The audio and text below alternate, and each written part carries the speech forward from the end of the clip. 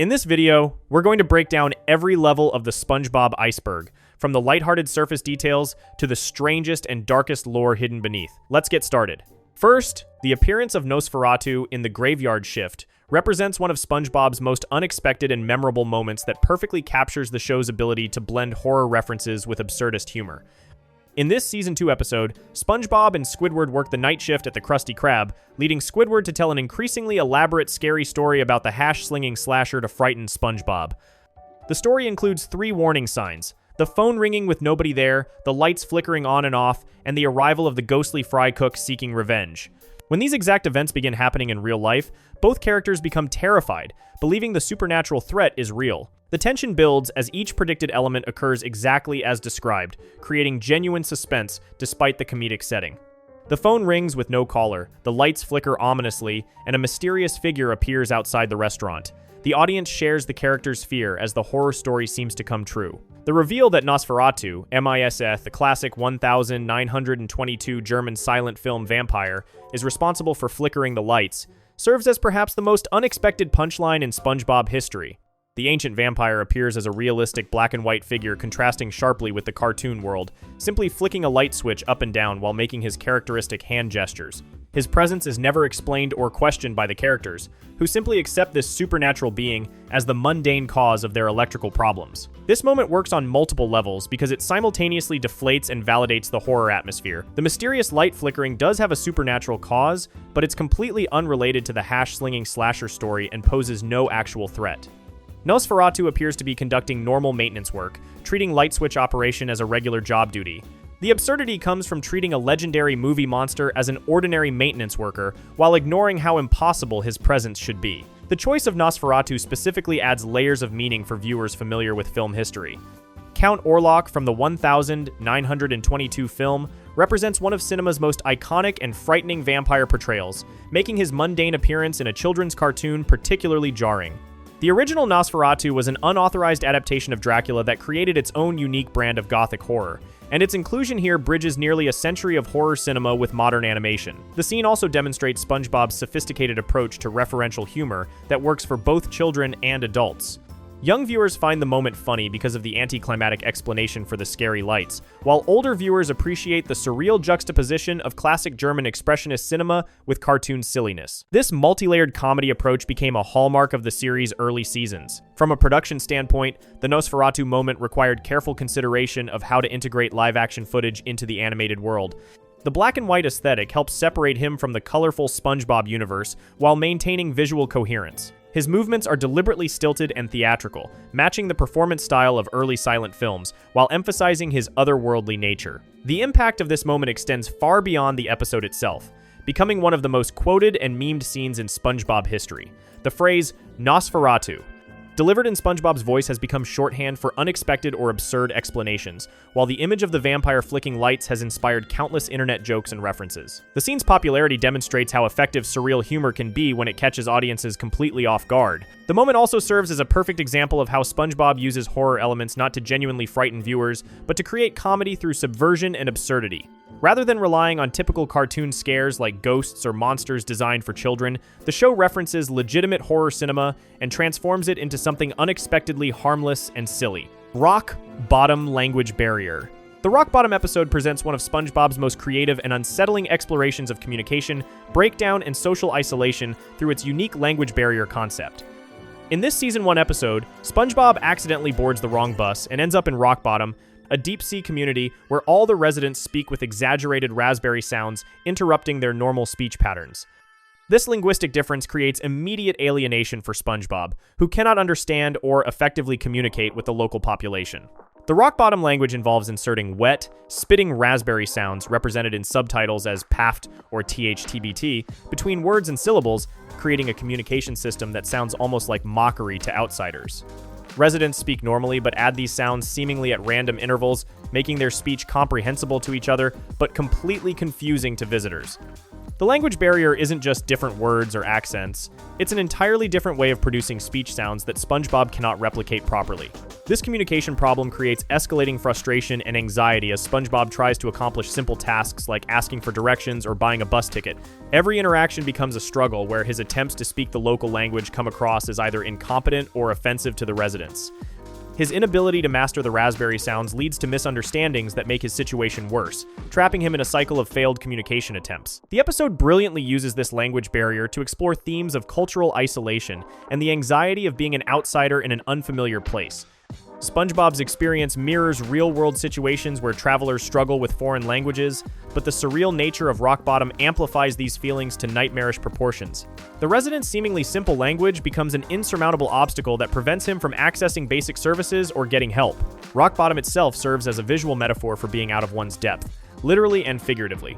The community exists in a deep ocean trench, where everything operates differently from Bikini Bottom. The buses run vertically instead of horizontally, the vending machines work in reverse, and even basic gravity seems altered. These physical differences reinforce the sense that SpongeBob has entered a completely alien environment where normal rules don't apply. The residents of Rock Bottom appear strange and somewhat threatening, with angular designs, sharp teeth, and dark coloring that contrasts with Bikini Bottom's friendly, rounded characters. Their appearance suggests they've adapted to the harsh, deep-sea environment, developing features that look intimidating to surface dwellers. However, the episode reveals that they're not actually malicious. They're simply going about their daily lives using their normal communication methods. SpongeBob's attempts to learn the local language provide both comedy and pathos as he struggles to produce the correct raspberry sounds. His efforts often result in excessive spitting or incorrect timing that makes his words even more incomprehensible. The physical comedy of his failed attempts masks the deeper frustration of being unable to express basic needs or emotions effectively. The language barrier also creates safety concerns as SpongeBob cannot understand warning signs, directions, or emergency information. His inability to communicate his situation to others leaves him increasingly isolated and desperate. The episode shows how communication problems can escalate from minor inconveniences to genuine dangers when someone cannot access help or understand important information. The resolution comes not through SpongeBob mastering the language, but through the kindness of one Rock Bottom resident who helps him despite the communication difficulties. This character demonstrates that understanding and empathy can transcend language barriers when people make genuine efforts to help each other. The episode suggests that while communication is important, human compassion can overcome linguistic obstacles. The Rock Bottom language concept has become iconic within SpongeBob lore because it creates such a memorable and distinctive form of alien communication. The raspberry sounds are both silly enough for children to find funny and sophisticated enough to represent real linguistic concepts about how speech patterns define communities and create in-group identity. From a production perspective, voice actors had to master the timing and intensity of the raspberry sounds while maintaining clear speech patterns. This required precise coordination between the dialogue and sound effects to create believable conversation patterns that audiences could follow despite the unusual sounds. The episode's lasting impact comes from its ability to make viewers feel SpongeBob's isolation and frustration through the simple device of altered speech patterns.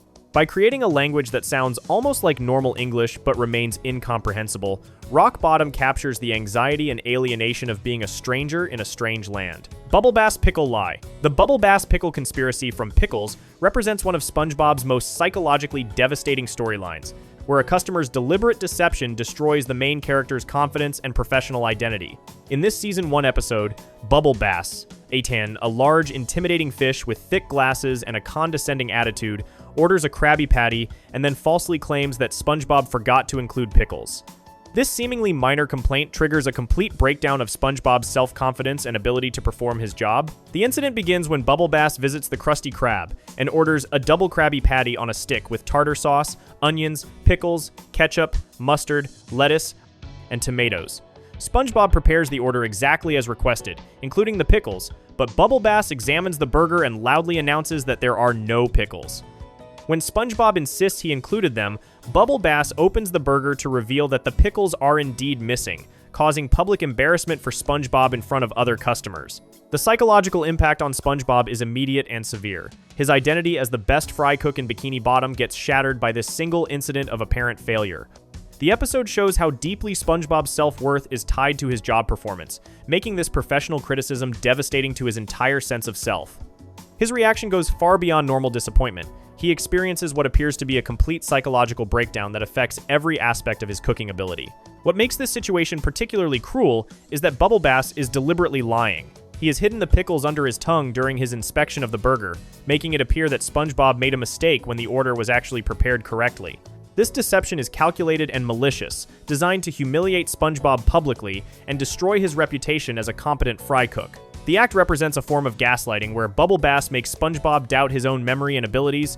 Before we move on, make sure to subscribe if you're enjoying this breakdown. The aftermath of the incident shows how quickly confidence can be destroyed and how difficult it is to rebuild. SpongeBob becomes unable to remember how to cook anything, forgetting basic skills he has performed thousands of times. His hands shake. He second-guesses every decision, and he cannot complete simple tasks without anxiety. The episode portrays a realistic depiction of how traumatic experiences can impact performance and self-efficacy. SpongeBob's attempts to regain his cooking ability through various methods, including visiting his old fry cook instructor and trying to relearn basic techniques, show the long process of rebuilding shattered confidence. His former teacher cannot help him because the problem isn't technical knowledge, but psychological trauma. The episode demonstrates how mental barriers can be more difficult to overcome than physical or technical challenges. The community's reaction to SpongeBob's crisis reveals both the support system around him and the pressure of public expectations. Mr. Krabs becomes increasingly frustrated as his restaurant's quality suffers, while Squidward initially enjoys SpongeBob's struggles, but eventually recognizes the severity of the situation.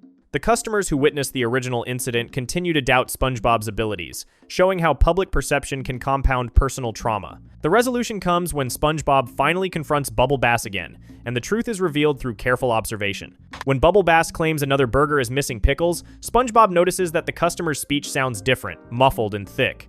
This leads to the discovery that Bubble Bass has been hiding pickles under his tongue, along with other items he has stolen from various establishments over time. The revelation that Bubble Bass has been systematically lying and stealing provides vindication for SpongeBob, but also raises disturbing questions about how often this has happened to other people.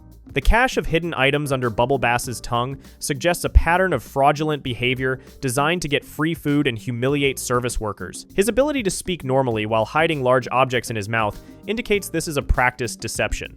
The episode's portrayal of workplace harassment and customer abuse resonates with anyone who has worked in food service or retail.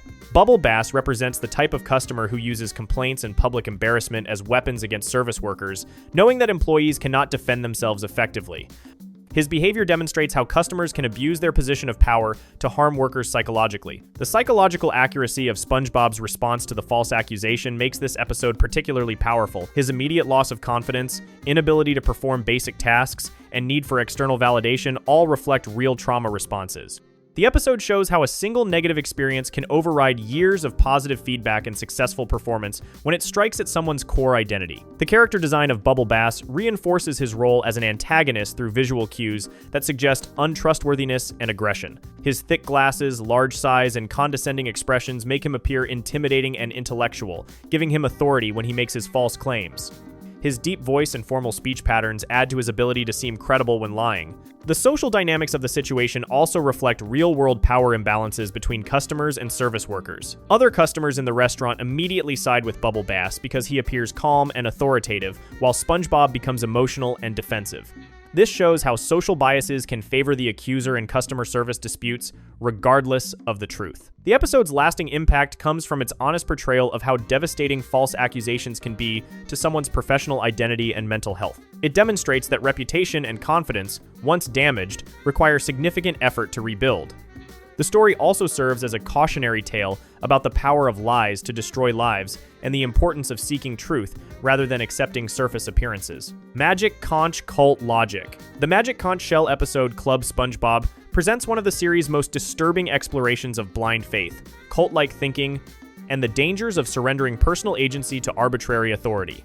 In this Season 3 episode, SpongeBob and Patrick demonstrate complete devotion to a toy shell that gives random responses to questions, treating its meaningless answers as divine wisdom that must be followed regardless of consequences. The episode begins when SpongeBob and Patrick exclude Squidward from their club activities, which center around consulting the Magic Conch shell for all decisions.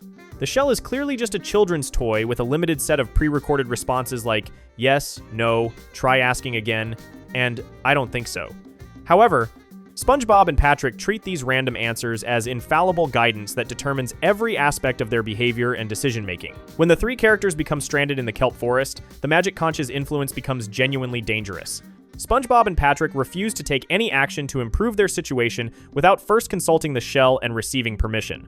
They will not look for food, build shelter, or attempt escape unless the toy tells them to do so. This absolute dependence on external authority prevents them from using their own judgment or survival instincts. The cult-like aspects of their behavior become increasingly apparent as the episode progresses. SpongeBob and Patrick display religious reverence toward the shell, speaking to it with ceremonial language and treating its responses as sacred commandments. They refuse to question its authority or consider that it might be wrong, even when its advice leads to obvious problems. Their blind obedience overrides common sense and self-preservation instincts. Squidward's role as the rational outsider highlights the absurdity of their devotion while demonstrating how cult logic resists external criticism. When he points out that the shell is just a toy giving random responses, SpongeBob and Patrick dismiss his concerns and become defensive about their beliefs. They interpret his skepticism as evidence that he lacks faith, rather than considering that he might be correct about the shell's limitations. The shell's arbitrary nature becomes a source of psychological torture for all three characters. It randomly denies permission for basic survival activities like eating or seeking help, forcing them to remain passive in life-threatening situations. When Squidward tries to take independent action by calling for help, the shell coincidentally says no at that moment, which SpongeBob and Patrick interpret as divine intervention punishing his disobedience. The episode demonstrates how magical thinking can replace logical problem-solving when people become dependent on external authority for decision-making. SpongeBob and Patrick lose the ability to evaluate situations independently, instead deferring all judgment to the shell's random responses. This creates a learned helplessness where they become incapable of taking action even when their lives depend on it. The psychological mechanisms shown mirror real-world cult dynamics where followers surrender critical thinking to charismatic leaders or belief systems. The magic conch represents the type of authority figure that provides simple answers to complex questions, eliminating the anxiety of making difficult decisions. SpongeBob and Patrick find comfort in having their choices made for them, even when those choices are clearly harmful. The social reinforcement between SpongeBob and Patrick shows how shared delusions can become stronger through group validation. Each character's faith in the shell reinforces the other's belief, creating a closed system where questioning the authority becomes increasingly difficult. Their mutual devotion makes them resistant to outside criticism and evidence that contradicts their beliefs. The episode's resolution, where forest rangers arrive and reveal they also follow the magic conch, extends the cult metaphor to show how these belief systems can spread through communities. The rangers' explanation that the shell told them not to help creates a paradox where everyone is waiting for permission to act from the same source. This demonstrates how widespread magical thinking can create systemic dysfunction. The arbitrary nature of who gets saved when the shell finally says yes shows how random chance gets interpreted as divine favor in magical thinking systems. SpongeBob and Patrick's rescue appears to validate their faith, but it's actually just coincidental timing that reinforces their delusion. This pattern mirrors how cult members interpret random positive events as proof of their belief's validity. The episode serves as a sophisticated critique of fundamentalist thinking and blind obedience to authority. By making the authority source an obvious toy, the show highlights how arbitrary many real-world authority figures can be. The magic conch's random responses parody religious or political leaders who claim special knowledge while providing contradictory or meaningless guidance. The psychological horror of the situation comes from watching characters voluntarily surrender their agency and intelligence to something that clearly cannot help them. Their willingness to suffer and potentially die rather than think for themselves represents an extreme form of learned helplessness that develops when people become too dependent on external validation and decision-making. The episode also explores themes of exclusion and belonging, as Squidward's initial rejection from the club makes him vulnerable to eventually accepting their belief system just to gain social acceptance. His conversion at the end shows how social pressure and desperation can overcome rational thinking when people are isolated and seeking connection. Handsome Squidward. The transformation of Squidward into Handsome Squidward in The Two Faces of Squidward represents one of the series' most extreme explorations of beauty standards, social dynamics, and the psychological effects of sudden physical transformation. This Season 5 episode takes Squidward from his normal appearance to an impossibly perfect version of himself, creating a story that examines how physical attractiveness affects both personal identity and social relationships. The transformation occurs when SpongeBob accidentally slams a door into Squidward's face while he's practicing clarinet, causing severe facial damage that requires reconstructive surgery.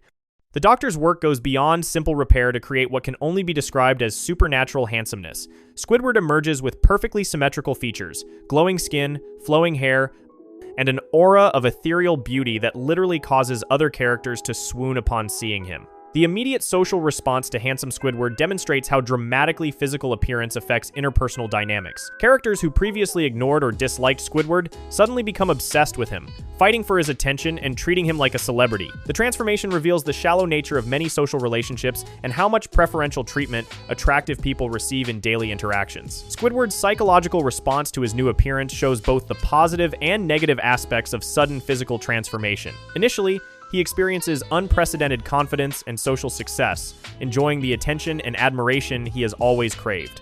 However, the intensity of others' reactions quickly becomes overwhelming as he loses control over his social interactions and personal space. The episode explores themes of objectification as other characters stop seeing Squidward as a person and instead treat him as a beautiful object to be admired or possessed. His opinions, personality, and individual preferences become irrelevant to people who are only interested in his appearance.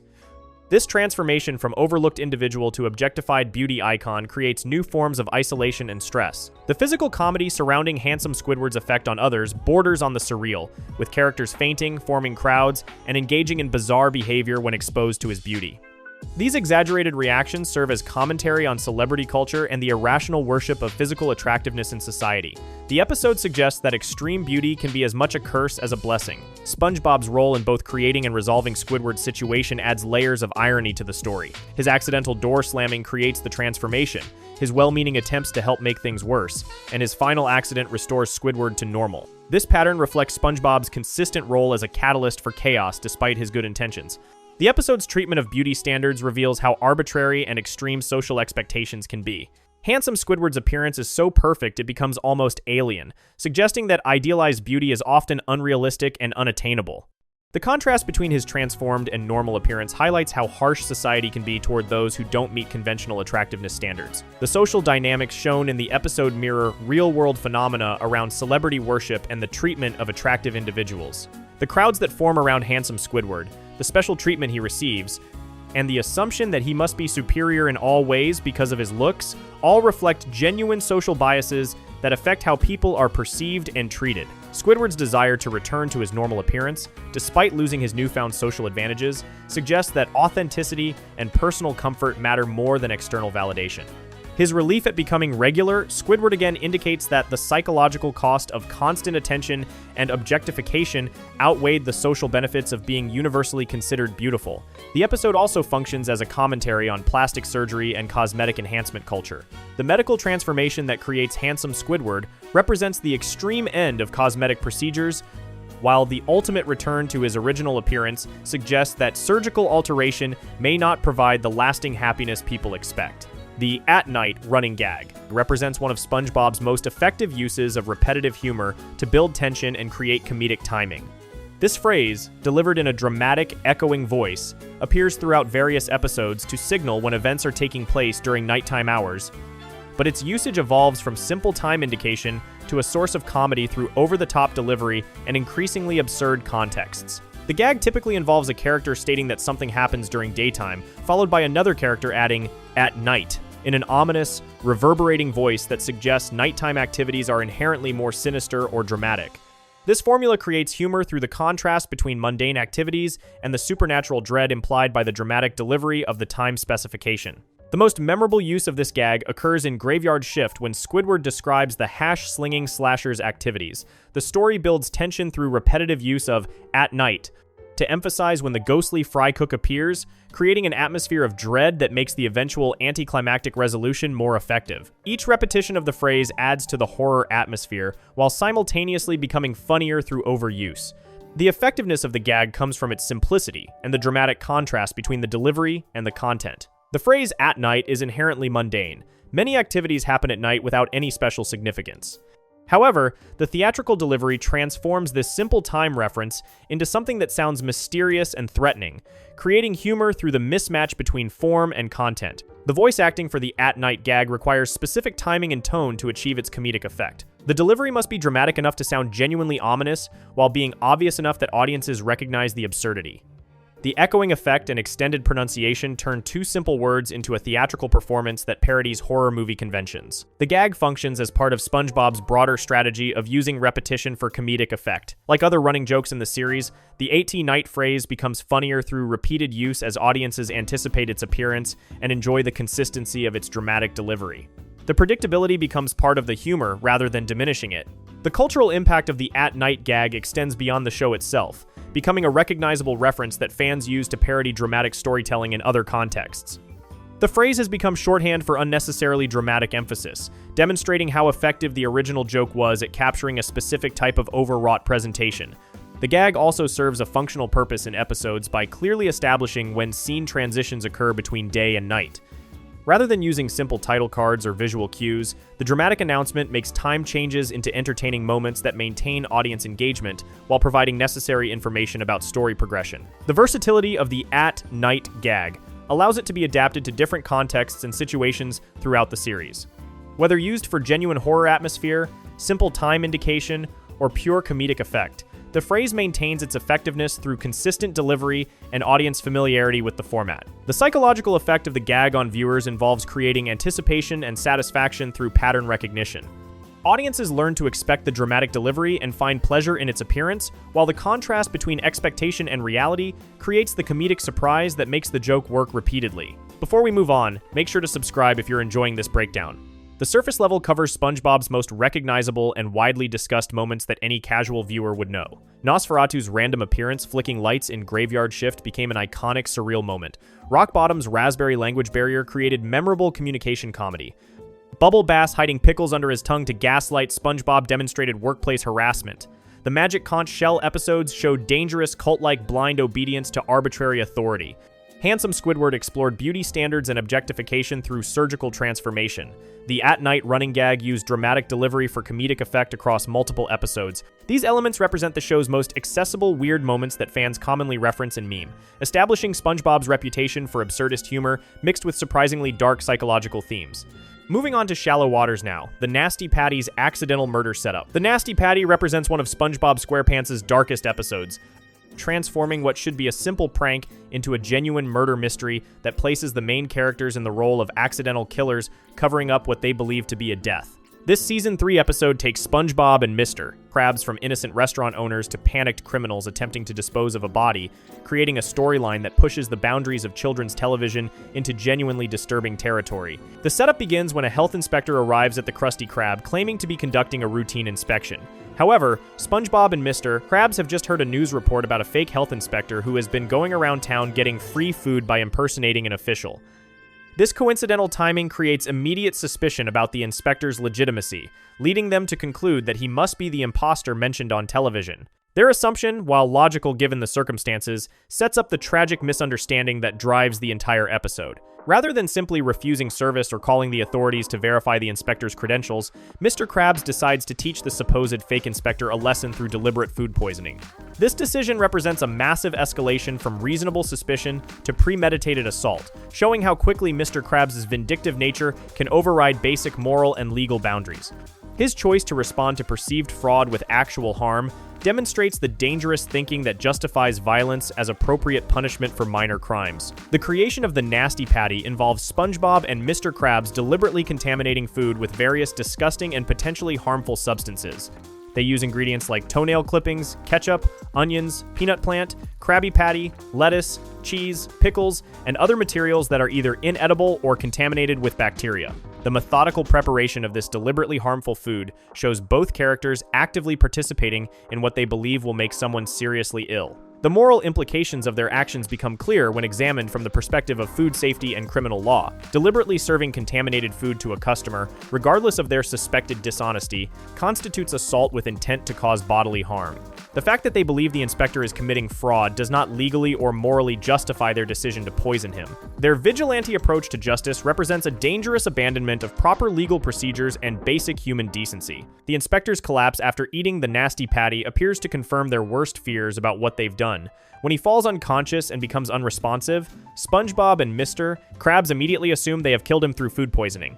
Their panic response reveals their awareness that their actions were serious crimes, despite their initial justification that they were only teaching a lesson to a fraud. The reality of potential consequences forces them to confront what they've actually done.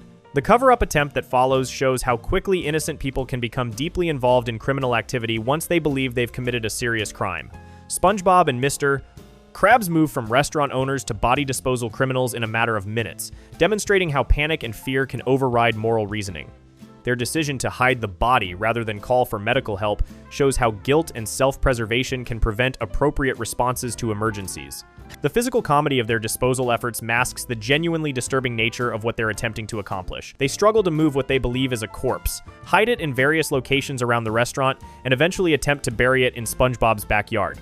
These activities, while played for laughs, represent serious felony crimes including tampering with evidence, improper disposal of human remains, and obstruction of justice. The psychological transformation of both characters throughout the episode shows how criminal activity can change people's mental state and decision-making processes. SpongeBob, normally innocent and honest, becomes calculating and deceptive as he helps conceal their crime. Mr. Krabs, while already morally flexible about money, descends into genuine criminality driven by fear of consequences. Their partnership in crime creates a bond of shared guilt that changes their relationship dynamic. The episode's exploration of paranoia and guilt shows how criminal behavior creates its own psychological punishment even before any legal consequences occur. Both characters become increasingly anxious and suspicious, jumping at every sound and interpreting normal events as threats to their cover-up. Their guilt manifests in classic symptoms including jumpiness, excessive worry, and inability to act normally in social situations. The arrival of the police creates the ultimate test of their criminal resolve, forcing them to maintain their deception while under direct questioning from law enforcement. Their nervous behavior and obvious guilt make them terrible criminals, but their commitment to the cover-up shows how deeply they've committed to their criminal path. The irony that they're trying to hide a crime that never actually occurred adds dark humor to their genuine terror. The revelation that the health inspector was legitimate all along and that he merely choked on a fly rather than dying from poisoning provides the episode's resolution while raising new moral questions. The fact that their attempt to poison him failed due to coincidental choking doesn't absolve them of the intent to cause harm. They remain morally and legally guilty of assault, even though their specific method didn't cause the unconsciousness they observed. The inspector's survival and lack of awareness about their poisoning attempt allows SpongeBob and Mr. Krabs to escape consequences for their crimes, but it doesn't undo the psychological and moral damage of their actions. They spent the entire episode believing they were murderers and acting accordingly, revealing their capacity for criminal behavior when sufficiently motivated by fear and revenge. The experience changes them regardless of the ultimate outcome. The episode's treatment of vigilante justice serves as a cautionary tale about taking law enforcement into private hands. Mr. Krabs' decision to punish the suspected fraud through poisoning represents the dangerous thinking that individuals can serve as judge, jury, and executioner when they believe someone is breaking the law. The story shows how quickly this mindset can escalate to serious violence and criminal activity. The broader implications of The Nasty Patty extend beyond the immediate story to questions about how children's entertainment should handle themes of crime, violence, and moral responsibility. The episode presents characters engaging in serious criminal behavior while maintaining a comedic tone, creating an uncomfortable tension between entertainment value and moral messaging. The fact that the characters escape consequences for their actions without learning appropriate lessons about the seriousness of their crimes raises questions about what messages the episode conveys to young viewers. The episode's lasting impact comes from its willingness to explore genuinely dark territory while maintaining the show's characteristic humor and character relationships. It demonstrates how ordinary people can become criminals through poor decision-making and escalating circumstances, while also showing how guilt and paranoia can serve as their own forms of punishment. The story remains one of SpongeBob's most morally complex episodes, blending comedy with serious themes about crime, justice, and personal responsibility in ways that continue to provoke discussion among viewers. Spongehenge and SpongeBob statues. Spongehenge stands as one of SpongeBob SquarePants' most apocalyptic and existentially disturbing episodes, presenting a post-apocalyptic future where SpongeBob has spent centuries crafting stone monuments while civilization crumbles around him. This Season 5 episode abandons the typical episodic format to create a linear narrative, spanning potentially thousands of years, culminating in SpongeBob's apparent death and the mysterious discovery of his stone statues by alien archaeologists in the distant future. The episode begins with a seemingly simple problem. Wind blowing through SpongeBob's pores creates musical sounds that attract jellyfish in overwhelming numbers. This natural phenomenon, while initially appearing harmless or even charming, quickly escalates into a crisis that disrupts SpongeBob's normal life and work routine. The jellyfish swarms become so massive and persistent that SpongeBob cannot leave his house or perform basic activities without being mobbed by the creatures drawn to his inadvertent music. SpongeBob's attempted solution reveals his characteristic problem-solving approach. Rather than seeking help or finding ways to stop the sound, he decides to redirect the jellyfish elsewhere by creating stone statues with holes that will produce the same musical tones. This decision represents a massive undertaking that requires extensive stone carving skills, physical labor, and time investment. His commitment to this solution shows both his determination and his tendency to choose complex approaches to simple problems. The stone carving process itself becomes an obsessive pursuit that consumes SpongeBob's entire existence. He abandons his job at the Krusty Krab, stops socializing with friends, and dedicates all his time and energy to perfecting his statues. The episode shows him working tirelessly, chiseling away at massive stone blocks to create increasingly elaborate monuments. His craftsmanship improves over time, suggesting years or decades of continuous work on this single project. The progression of SpongeBob's statue creation demonstrates an escalating perfectionism that borders on madness. His early attempts are crude and unsuccessful at producing the correct sounds, leading him to create larger, more complex statues with precisely calculated hole patterns. Each failure drives him to build bigger and more elaborate monuments, creating a cycle of obsessive improvement that never reaches a satisfactory conclusion. The temporal scope of the episode becomes apparent through visual cues showing SpongeBob aging and the world changing around him. His appearance becomes more weathered and wild, his clothing deteriorates, and his behavior becomes increasingly isolated and eccentric. The environment around him shifts from the familiar Bikini Bottom setting to something more desolate and abandoned, suggesting that civilization has changed or collapsed during his obsessive carving period. The absence of other main characters throughout most of the episode creates an eerie sense of isolation that distinguishes Spongehenge from typical SpongeBob episodes. There are no interactions with Patrick, Squidward, Mr. Krabs, or Sandy. SpongeBob appears to be completely alone in his pursuit. This isolation could indicate that his friends have moved away, died, or simply given up trying to reach him as he becomes increasingly consumed by his project. The geological and archaeological implications of SpongeBob's monument creation suggest a timeline spanning millennia rather than years. The statues he carves are massive stone structures that would require enormous amounts of time to complete, especially for someone working alone with basic tools. The episode implies that SpongeBob has been carving for so long that he has become a mythical figure from ancient history rather than a contemporary character. The environmental storytelling throughout the episode shows a world in decline or transformation. Bikini Bottom appears to become more barren and lifeless as time progresses, with fewer signs of active civilization. This could represent environmental collapse, population migration, or simply the natural changes that occur over geological time periods. SpongeBob's continued existence and work in this changing world raises questions about his mortality and the nature of his being. The episode's climax reveals the ultimate futility of SpongeBob's efforts. Despite creating numerous massive statues, the jellyfish continue to be attracted to him personally rather than the monuments. His realization that the statues cannot solve his problem comes only after he has spent what appears to be a lifetime on their construction. This moment represents a devastating recognition that his entire adult life has been devoted to a fundamentally flawed solution. The final sequence showing SpongeBob's apparent death occurs off-screen, leaving viewers to infer his fate from contextual clues. The episode ends with him still trying to perfect his statues, suggesting that he died while continuing his obsessive work. The lack of a clear death scene maintains ambiguity about whether he simply disappeared, transformed into something else, or literally died from exhaustion and old age. The alien archaeologists who discover the statues in the far future provide the episode's framing device and ultimate perspective on SpongeBob's legacy. These beings interpret his monuments as evidence of an ancient civilization, completely unaware of their true purpose or the personal tragedy they represent. Their scientific analysis treats SpongeBob's obsessive failure as a mysterious archaeological wonder, highlighting how history often misinterprets the motivations and meanings behind ancient artifacts. The aliens' misunderstanding of the statue's purpose creates dramatic irony that emphasizes the futility of SpongeBob's efforts. While he intended the monuments to solve a practical problem in his daily life, they become mysterious relics that inspire wonder and speculation in future civilizations. The disconnect between intent and interpretation suggests that even our greatest efforts may be misunderstood or forgotten by future generations. The episode's title, Spongehenge, directly references Stonehenge, the famous prehistoric monument whose original purpose remains debated by archaeologists.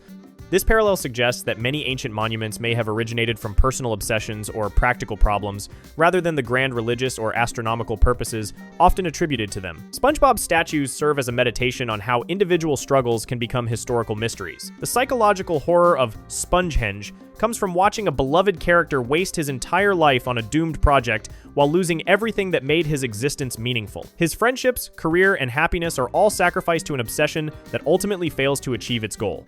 The episode presents a nightmare scenario where good intentions and hard work lead to complete personal destruction and isolation. The episode's treatment of time and mortality creates an existential dread rarely seen in children's television. The implication that SpongeBob lived for centuries or millennia, alone and obsessed, before finally dying among his failed monuments presents a vision of existence as ultimately futile and tragic. The disconnect between the episode's cheerful animation style and its deeply pessimistic message creates cognitive dissonance that enhances its disturbing impact. Spongehenge functions as both a cautionary tale about obsession and a meditation on legacy and meaning. SpongeBob's transformation from happy fry cook to isolated monument builder shows how single-minded pursuit of solutions can become destructive when it replaces all other aspects of life. The episode suggests that maintaining relationships and finding contentment in simple pleasures may be more valuable than achieving perfect solutions to life's problems. Before we move on, make sure to subscribe if you're enjoying this breakdown. Cuddle E Hugs Predator Friend. Cuddle E Hugs presents one of SpongeBob's most unsettling explorations of imaginary friends, substance-induced hallucinations, and the disturbing parallels between SpongeBob's relationship with his vision and real-world predatory grooming tactics. This Season 11 episode follows SpongeBob as he experiences vivid hallucinations of a large, friendly hamster after consuming spoiled Krabby Patties, creating a storyline that inadvertently mirrors dangerous stranger relationships while exploring themes of isolation, secrecy, and manipulation. The episode begins when SpongeBob discovers moldy Krabby Patties in the restaurant's freezer and, despite their obvious spoilage, decides to eat them anyway. This decision immediately establishes poor judgment and risk-taking behavior that leads to his altered mental state.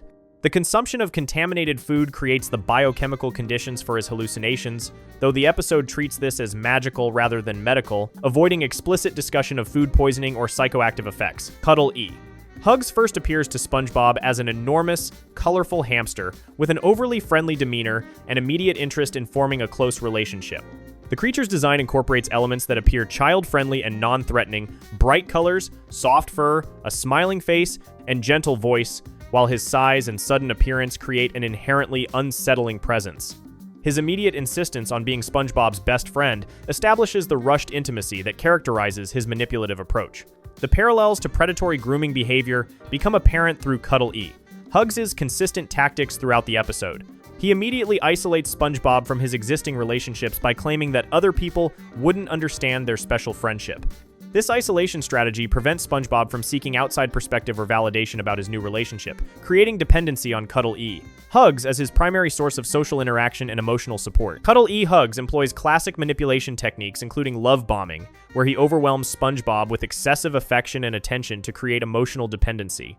He constantly reinforces how special and unique their relationship is, making SpongeBob feel chosen and important in ways that his real friendships apparently don't provide. This emotional manipulation creates strong attachment that makes SpongeBob reluctant to question or end the relationship.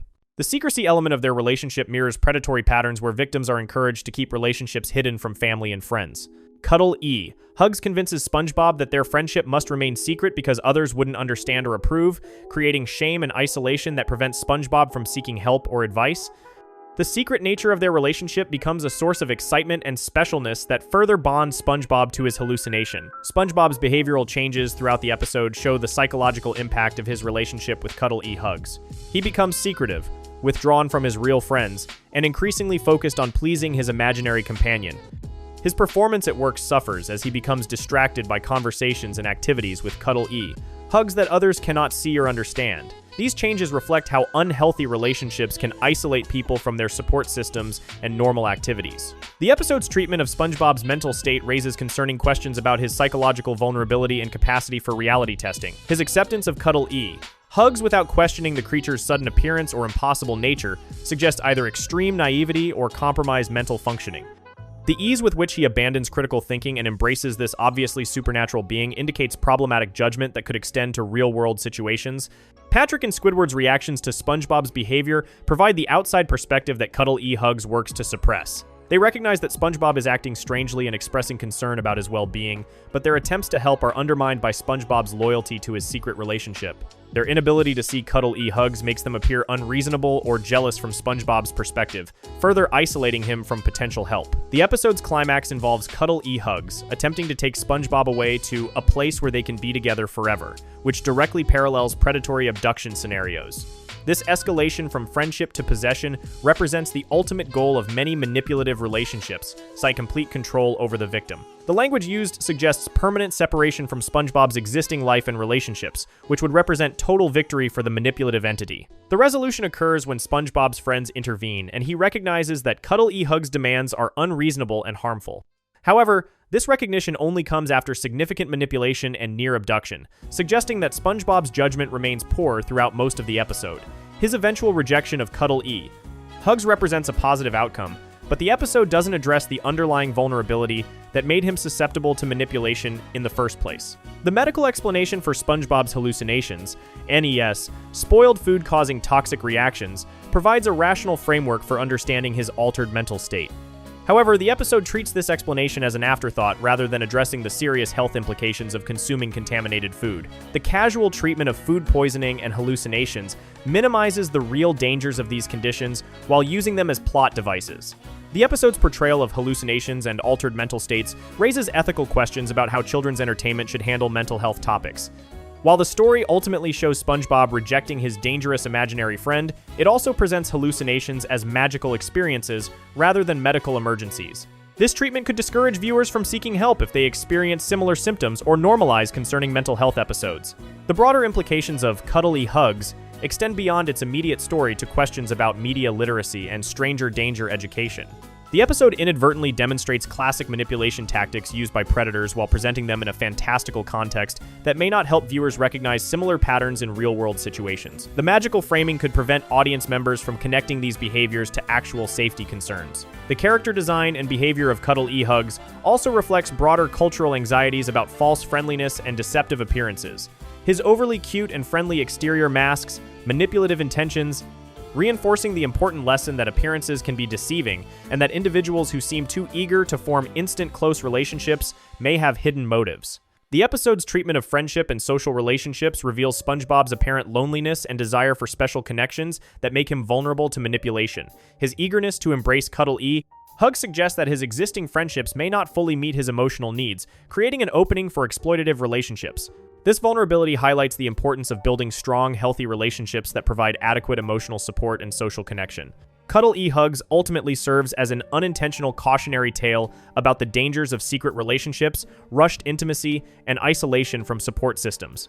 While the episode resolves safely with SpongeBob rejecting his manipulative imaginary friend, the story demonstrates how easily vulnerable individuals can be targeted by those who use friendliness and special attention as tools for control and manipulation. The Night Patty fisherman figure. The Night Patty presents one of SpongeBob's most mysterious and unsettling episodes through the appearance of an unexplained fisherman figure who serves as both customer and ominous presence during the Krusty Krab's late-night operations.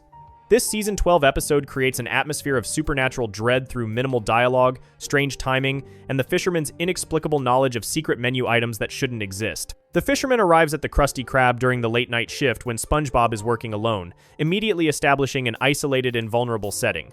His appearance is deliberately unsettling, tall, gaunt, wearing a dark coat and hat that obscure his features, carrying a fishing rod despite being underwater. The design choices create an immediately threatening presence that contrasts sharply with the typical, colorful, friendly customers who usually visit the restaurant during normal hours. The fisherman's first words establish the central mystery of the episode when he orders the Night Patty. This item doesn't exist on any known Krusty Krab menu, yet the fisherman speaks about it with complete confidence and familiarity. His assumption that SpongeBob knows what he's talking about creates immediate tension and confusion. SpongeBob's lack of recognition of this menu item should have ended the interaction, but the fisherman's insistence and mysterious knowledge compel him to attempt fulfilling the order. The process of creating the Night Patty becomes increasingly surreal as SpongeBob follows the fisherman's cryptic instructions without understanding their meaning or origin. The fisherman provides specific directions about ingredients and preparation methods that SpongeBob has never heard before, yet somehow the instructions seem to make sense in the moment. This guidance suggests the fisherman possesses intimate knowledge of Krusty Krab operations that goes beyond normal customer experience. The ingredients requested for the night patty include items that shouldn't exist in the restaurant's normal inventory, yet SpongeBob somehow finds them or creates substitutes that satisfy the fisherman's requirements.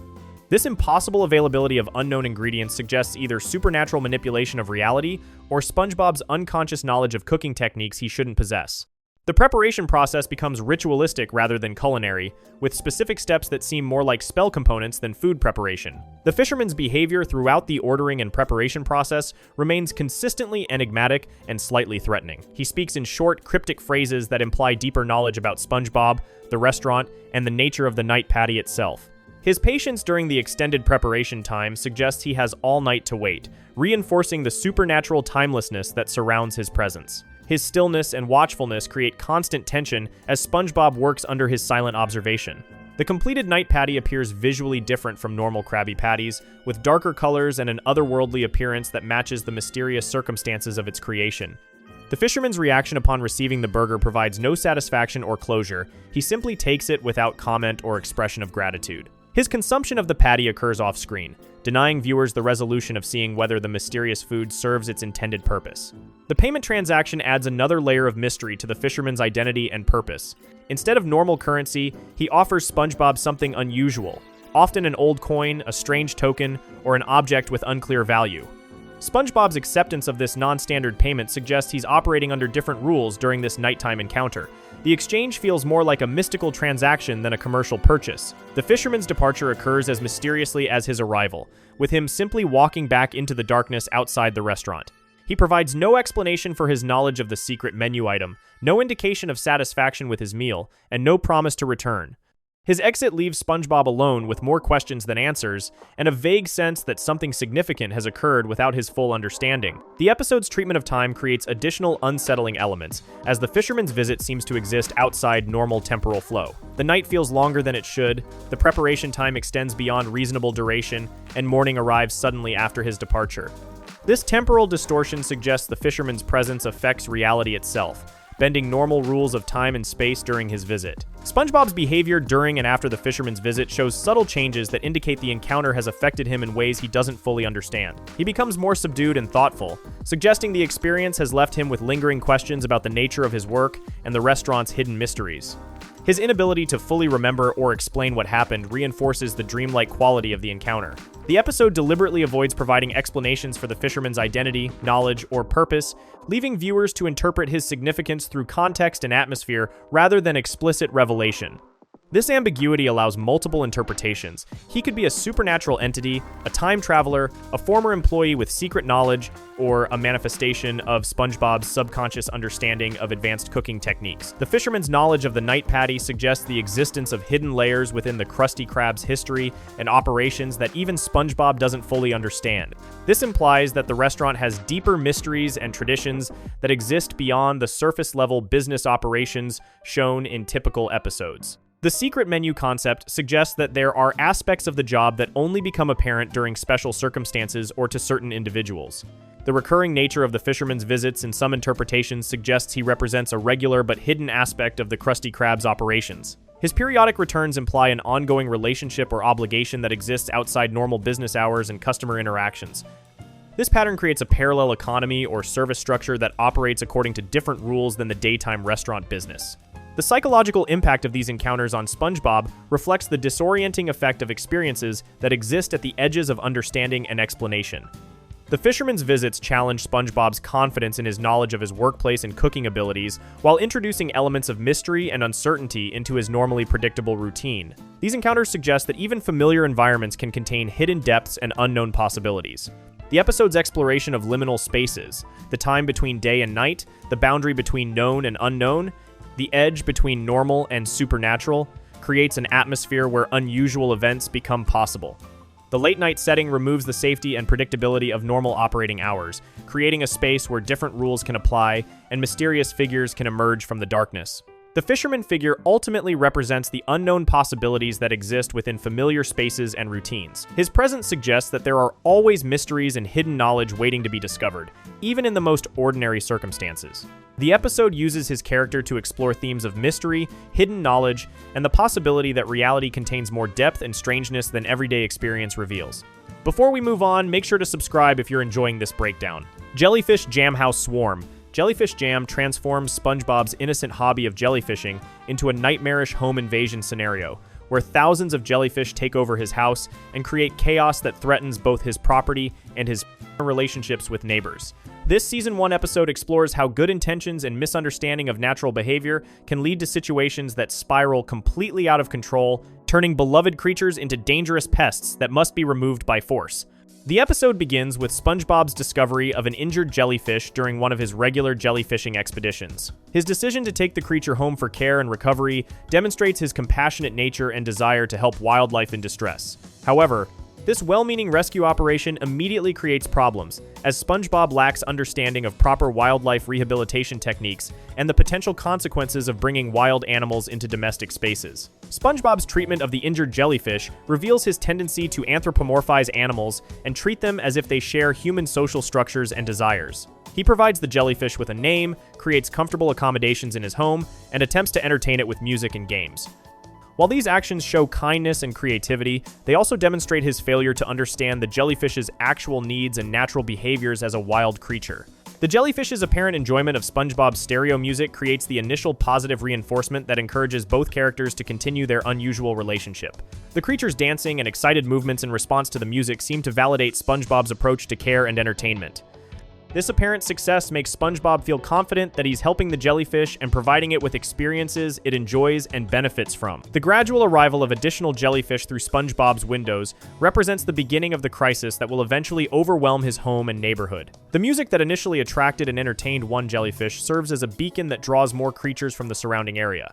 SpongeBob's failure to recognize this pattern or understand its implications shows his lack of awareness about animal behavior and the social structures of jellyfish communities. The exponential growth of the jellyfish population inside SpongeBob's house demonstrates how quickly wildlife situations can escalate beyond individual control.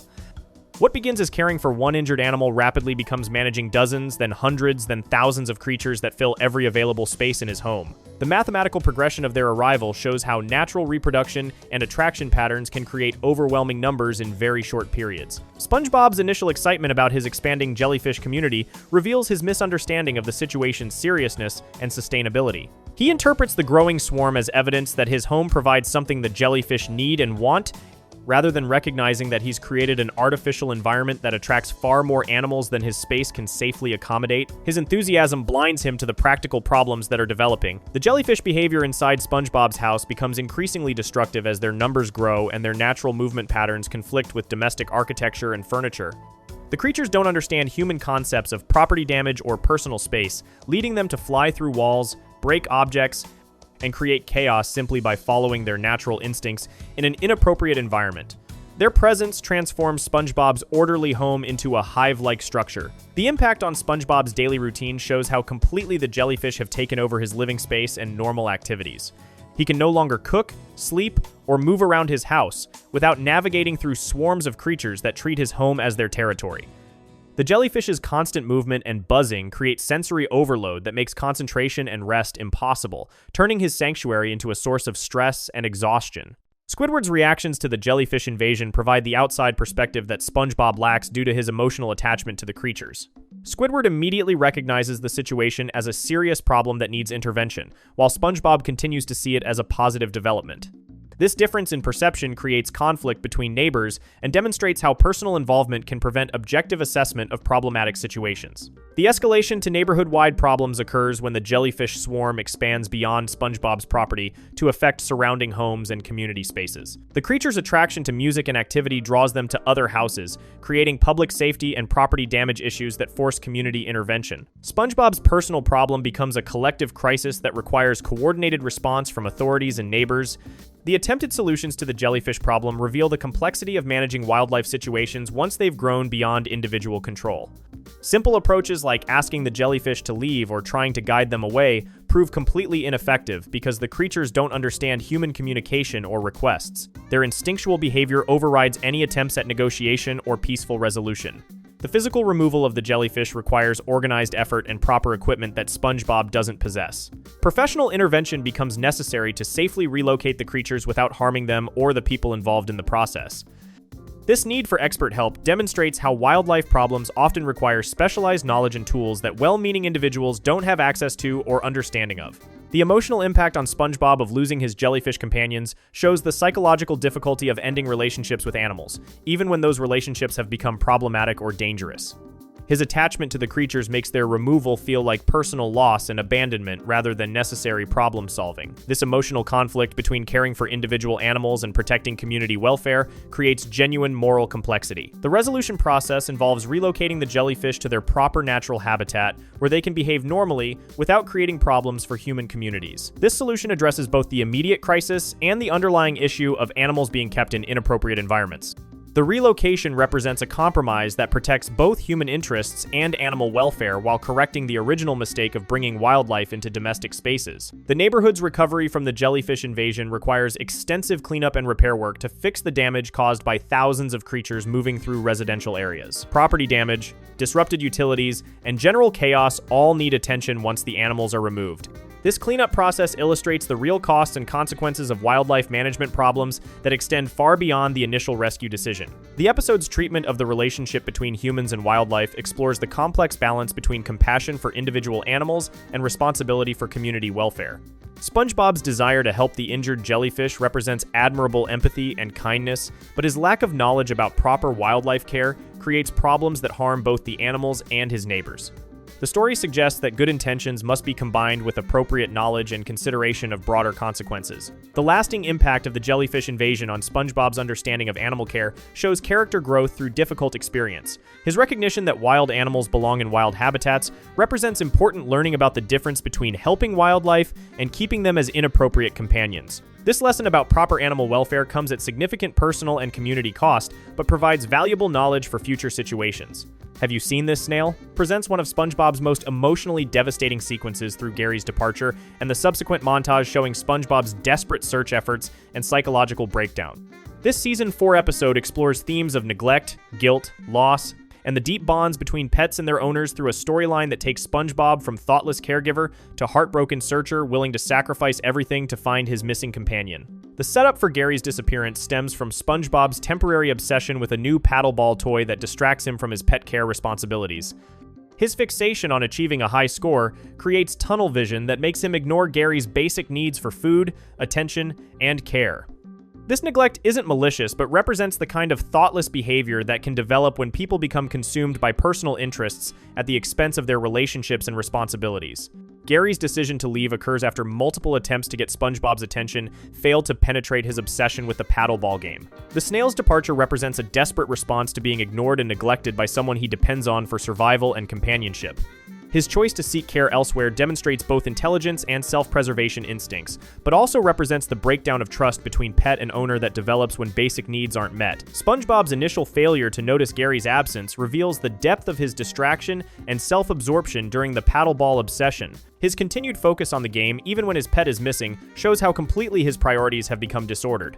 The delayed recognition of Gary's disappearance makes his eventual panic and guilt more intense, because it highlights how long he failed to provide appropriate care and attention. The realization that Gary is missing triggers immediate and overwhelming guilt as SpongeBob recognizes the connection between his neglect and his pet's departure. His understanding that Gary left because of his failures as a caregiver creates psychological trauma that goes beyond simple loss, to include self-blame and shame.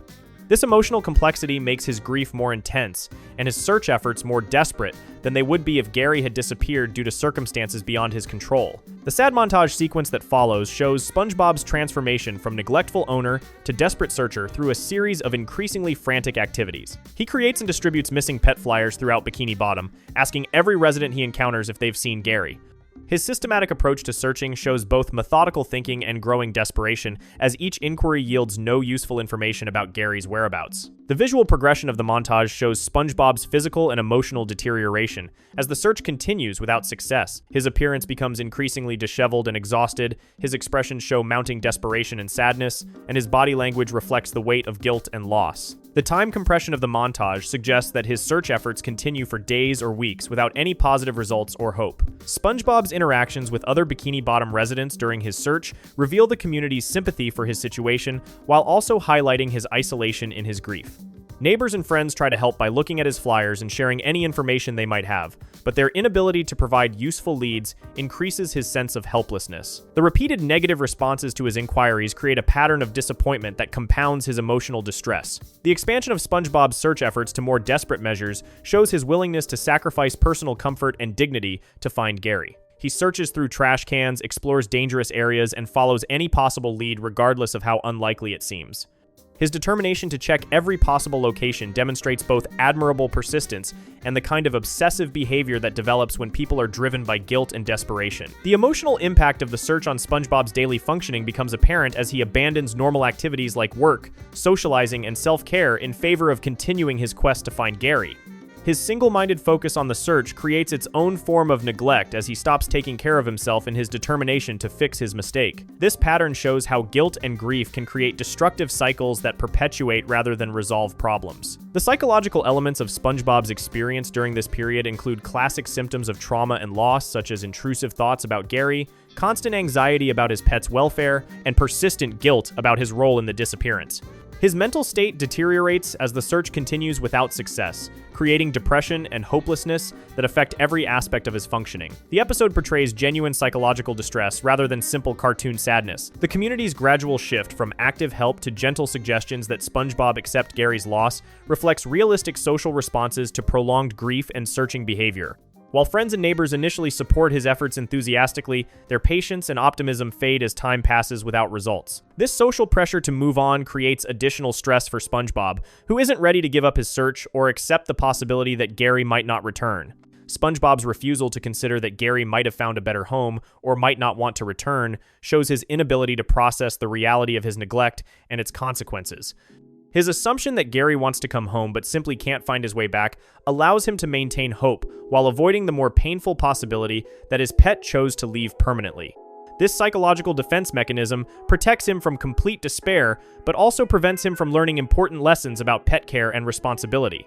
The financial and physical costs of SpongeBob's extended search efforts show his willingness to sacrifice everything to find Gary. He spends money on flyer printing and distribution, loses work time that affects his income, and exhausts himself physically through constant searching. His dedication demonstrates genuine love and remorse, but also shows how guilt can drive people to unsustainable behaviors that create additional problems. The sleep deprivation and emotional exhaustion visible in the montage sequence reflect the real physical toll that grief and anxiety take on people experiencing loss. SpongeBob's deteriorating appearance and increasingly frantic behavior show how psychological distress manifests in physical symptoms. His inability to rest or engage in normal activities creates a cycle where his mental state affects his physical health, which in turn affects his mental resilience. The montage's use of music and visual pacing creates an emotional experience that allows viewers to feel SpongeBob's desperation and sadness without requiring extensive dialogue or explanation. The repetitive nature of his searching activities, combined with his increasingly dejected expressions, builds emotional weight that culminates in genuine empathy for his situation. The sequence demonstrates how effective visual storytelling can be in conveying complex emotional states. The broader themes explored through SpongeBob's search experience include the importance of consistent care in relationships, the difficulty of rebuilding trust once it's been broken, and the way guilt can both motivate positive action and create destructive obsessions. His journey from neglectful owner to desperate searcher shows both admirable dedication and concerning lack of balance.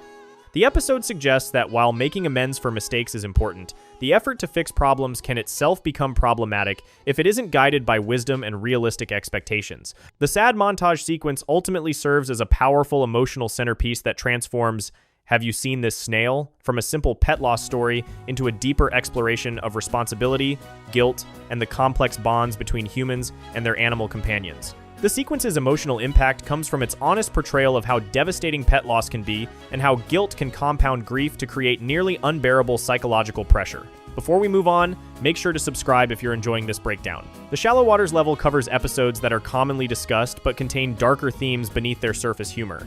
The Nasty Patty shows SpongeBob and Mr. Krabs believing they've committed murder and attempting to cover it up through body disposal.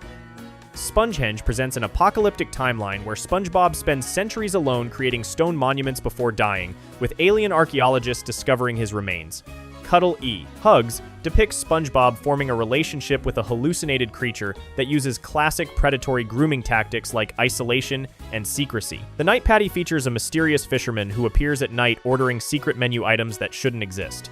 Jellyfish Jam shows how SpongeBob's good intentions lead to a dangerous home invasion by thousands of jellyfish. Have You Seen This Snail? Contains an emotionally devastating montage of SpongeBob's guilt-driven breakdown after Gary leaves due to neglect. These episodes demonstrate SpongeBob's willingness to explore genuinely disturbing territory while maintaining its comedic tone, creating cognitive dissonance between the show's cheerful presentation and its darker psychological themes. Moving on to mid-tier, Krabby Patty Creature Feature, Zombie Patties. Krabby Patty Creature Feature represents SpongeBob's most direct homage to zombie apocalypse horror, transforming the beloved Krabby Patty into an infectious agent that converts the entire population of Bikini Bottom into mindless creatures driven by an insatiable hunger for more patties. This Season 11 episode abandons the show's typical lighthearted approach to food and eating to create a genuine body horror scenario where consumption becomes contagion and the familiar becomes monstrous. The episode begins with Mr. Krabs' decision to create Krabby Patty creatures as a new menu item, using a special sauce that transforms regular patties into living, moving versions of themselves. This commercial innovation represents Mr. Krabs' typical approach to business expansion through product novelty, but his failure to test the new creation properly sets up the disaster that follows.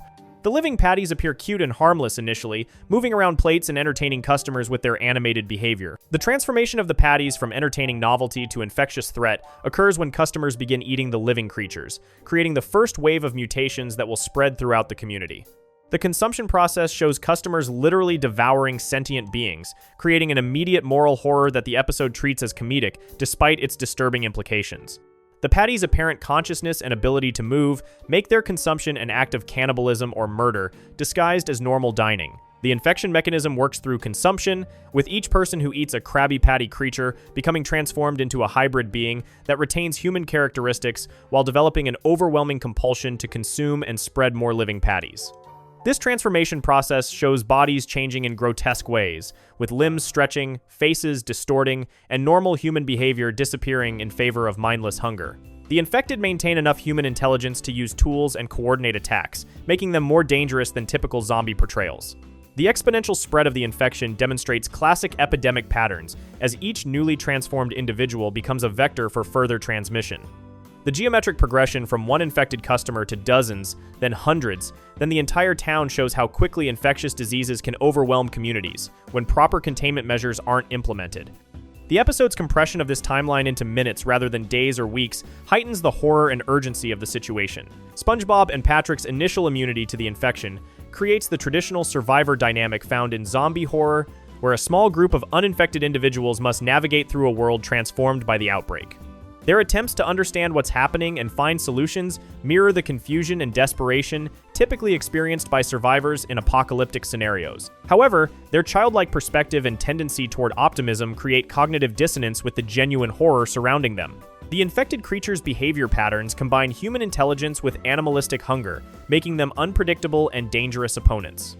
They retain enough cognitive function to set traps, work together, and remember locations, but their overwhelming drive to consume patties overrides normal social behavior and moral constraints. This combination of retained intelligence with altered motivation creates enemies that are both familiar and alien, recognizable as former friends and neighbors, but no longer truly human. The physical transformation of infected individuals involves grotesque body horror elements, including elongated limbs, distended stomachs, altered facial features, and skin texture changes that make them appear more like the patties they've consumed. These visual changes serve as external markers of internal corruption, showing how the infection doesn't just change behavior, but fundamentally alters the physical structure of its victims. The progressive nature of these changes suggests the infection continues to advance even after initial transformation. The episode's treatment of Sandy's scientific approach to the crisis provides a rational counterpoint to the supernatural horror, as she attempts to understand the infection through logical analysis and develop countermeasures based on scientific principles. Her role as the voice of reason and expertise contrasts with SpongeBob and Patrick's emotional responses, creating tension between analytical problem-solving and intuitive reaction to crisis situations. The environmental impact of the infection extends beyond individual transformations to affect the entire ecosystem of Bikini Bottom, with buildings, vehicles, and infrastructure becoming contaminated or damaged by the infected population's activities. The breakdown of social order and normal community functioning shows how quickly civilization can collapse when basic human behavior becomes unreliable. The transformation of familiar locations into dangerous territories creates the alienation and disorientation typical of apocalyptic horror. The infected creature's single-minded focus on obtaining and consuming more Krabby Patties creates resource scarcity that drives increasingly aggressive behavior as available food sources become depleted. Their willingness to attack uninfected individuals to force them to produce more patties shows how the infection transforms normal economic relationships into predatory ones. The breakdown of monetary exchange in favor of coercion and violence demonstrates the collapse of civilized society. SpongeBob's emotional response to seeing his friends and neighbors transformed into monsters provides the human element that grounds the horror in personal loss and grief. His recognition of familiar faces within the grotesquely altered bodies of the infected creates psychological trauma that goes beyond simple fear, to include mourning for relationships that have been destroyed by the infection. His attempts to communicate with infected individuals who no longer recognize him highlight the tragedy of lost connections. The episode's exploration of addiction parallels can be seen in the infected individual's compulsive behavior around Krabby Patties, as they become unable to control their consumption despite obvious negative consequences to their health and relationships. Their prioritization of patty acquisition over all other concerns, including personal safety and social bonds, mirrors addictive behavior patterns, where substance use overrides rational decision-making and destroys normal life functioning. The resolution involving the creation of an antidote requires sacrifice and risk from the uninfected survivors, showing how crisis situations demand extraordinary measures and personal courage from those capable of taking action. The process of reversing the infection involves understanding its mechanism and finding ways to counteract the biological changes it has caused. This scientific approach to solving supernatural problems reflects the show's general tendency to blend magical elements with logical problem solving. The restoration of the infected population to their normal state raises questions about memory and trauma, as the episode doesn't address whether the transformed individuals retain memories of their actions during infection or suffer psychological consequences from their temporary loss of humanity. The casual return to normal life suggests that the community chooses to treat the incident as an aberration rather than processing the traumatic experience of temporary societal collapse. The broader implications of the Krabby Patty creature feature extend beyond the immediate crisis to questions about food safety, corporate responsibility, and the dangers of inadequately tested products. Mr. Krabs' decision to serve experimental food without proper safety testing represents corporate negligence that endangers public health. The episode serves as an allegory for real-world situations where profit motives override safety considerations in food production and distribution. The episode's treatment of body horror and transformation reflects deeper anxieties about loss of identity and control over one's physical form.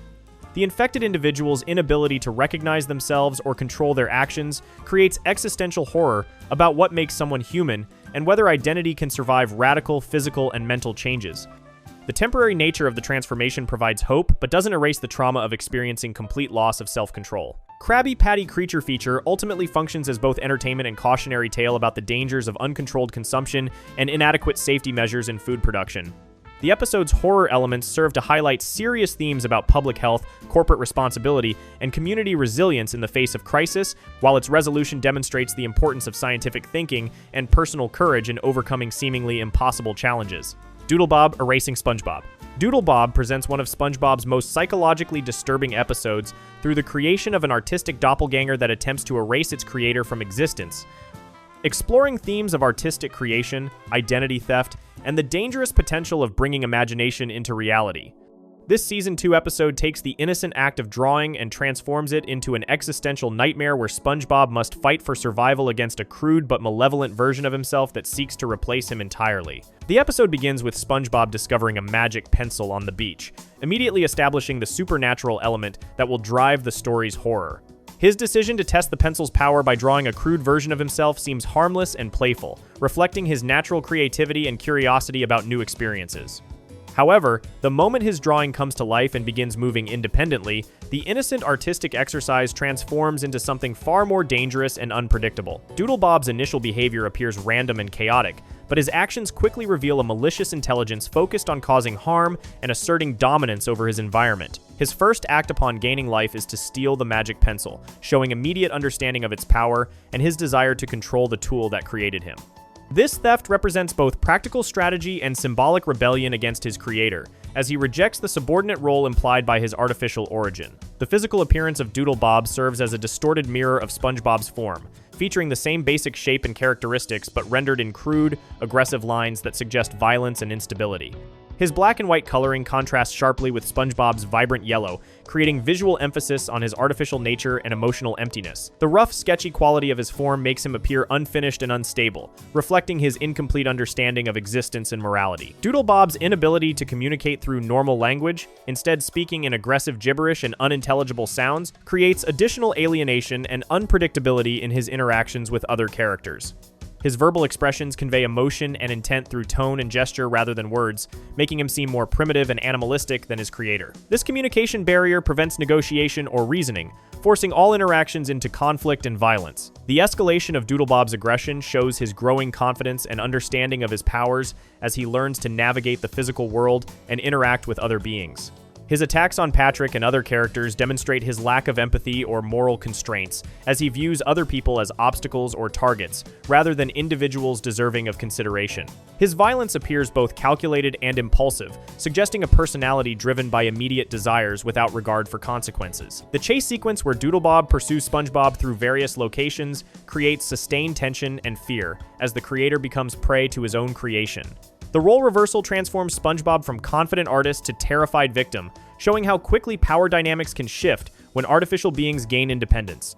Doodlebob's relentless pursuit suggests an obsessive drive to eliminate his creator, possibly viewing SpongeBob's existence as a threat to his own legitimacy or freedom. SpongeBob's attempts to hide from and evade Doodlebob reveal his complete lack of preparation for dealing with hostile artificial life, as he never anticipated that his drawing could become dangerous or malevolent. His shock and confusion about Doodlebob's behavior indicate his naive assumption that created beings would naturally be benevolent or at least controllable. The reality of facing an aggressive doppelganger forces him to confront the unintended consequences of his artistic experimentation. The invasion of SpongeBob's home by Doodlebob represents the ultimate violation of personal space and safety, as the creature uses the magic pencil to alter SpongeBob's living environment and create additional threats. His ability to draw new objects and creatures demonstrates creative intelligence that rivals his creators, but his creations serve destructive rather than constructive purposes. The transformation of SpongeBob's familiar, comfortable home into a dangerous battleground creates psychological trauma that extends beyond physical threat. Doodlebob's apparent plan to erase SpongeBob and take his place suggests a sophisticated understanding of identity and existence that goes beyond simple violence to existential replacement. His attempt to literally delete his creator from reality represents the ultimate act of rebellion and self-assertion, as he seeks not just independence, but complete usurpation of SpongeBob's life and identity. This goal reveals deeper psychological complexity than his crude appearance might suggest. The erasing process itself creates body horror as SpongeBob faces the gradual disappearance of his physical form, experiencing the terror of non-existence while remaining conscious enough to understand what's happening to him.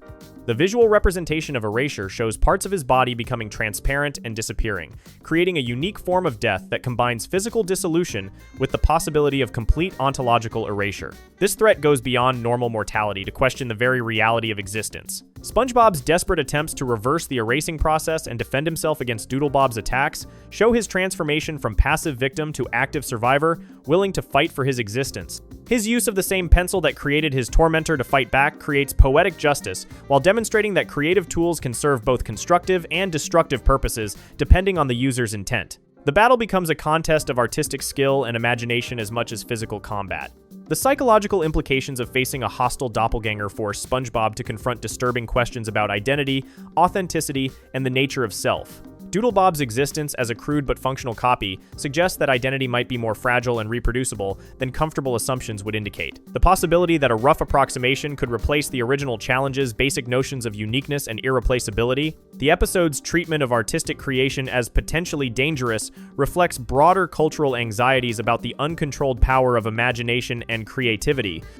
The magic pencil represents artistic tools that can bring ideas into reality without adequate consideration of consequences or moral implications. Doodlebob's malevolence suggests that creative acts always carry risks of producing unintended and potentially harmful results. The resolution where SpongeBob manages to trap Doodlebob in a drawing provides temporary safety but doesn't eliminate the underlying threat, as the creature remains alive within the two-dimensional space of the paper. This imprisonment rather than destruction suggests that dangerous creations cannot be easily unmade once they achieve independent existence. The ongoing potential for Doodlebob's escape maintains tension and suggests that the consequences of careless creation persist even after apparent resolution. The broader themes explored through Doodlebob's existence include the responsibility of creators for their creations, the potential for artificial beings to develop beyond their intended purposes, and the dangerous possibility that copies might seek to replace originals. The episode serves as both entertainment and cautionary tale about the need for careful consideration before bringing new entities into existence, whether through art, science, or other creative processes. The lasting impact of the Doodlebob episode comes from its successful creation of genuine menace and existential threat within the typically safe world of SpongeBob SquarePants. The character's subsequent appearances in other episodes demonstrate his effectiveness as a recurring threat and symbol of the dangers inherent in unconstrained creativity and the potential for artificial beings to develop hostile independence from their creators. Squidward in Clarinetland represents one of SpongeBob's most surreal and psychologically disturbing episodes, transforming Squidward's mundane musical practice into a nightmare journey through a reality-bending dimension populated by hostile entities that challenge his sanity and survival.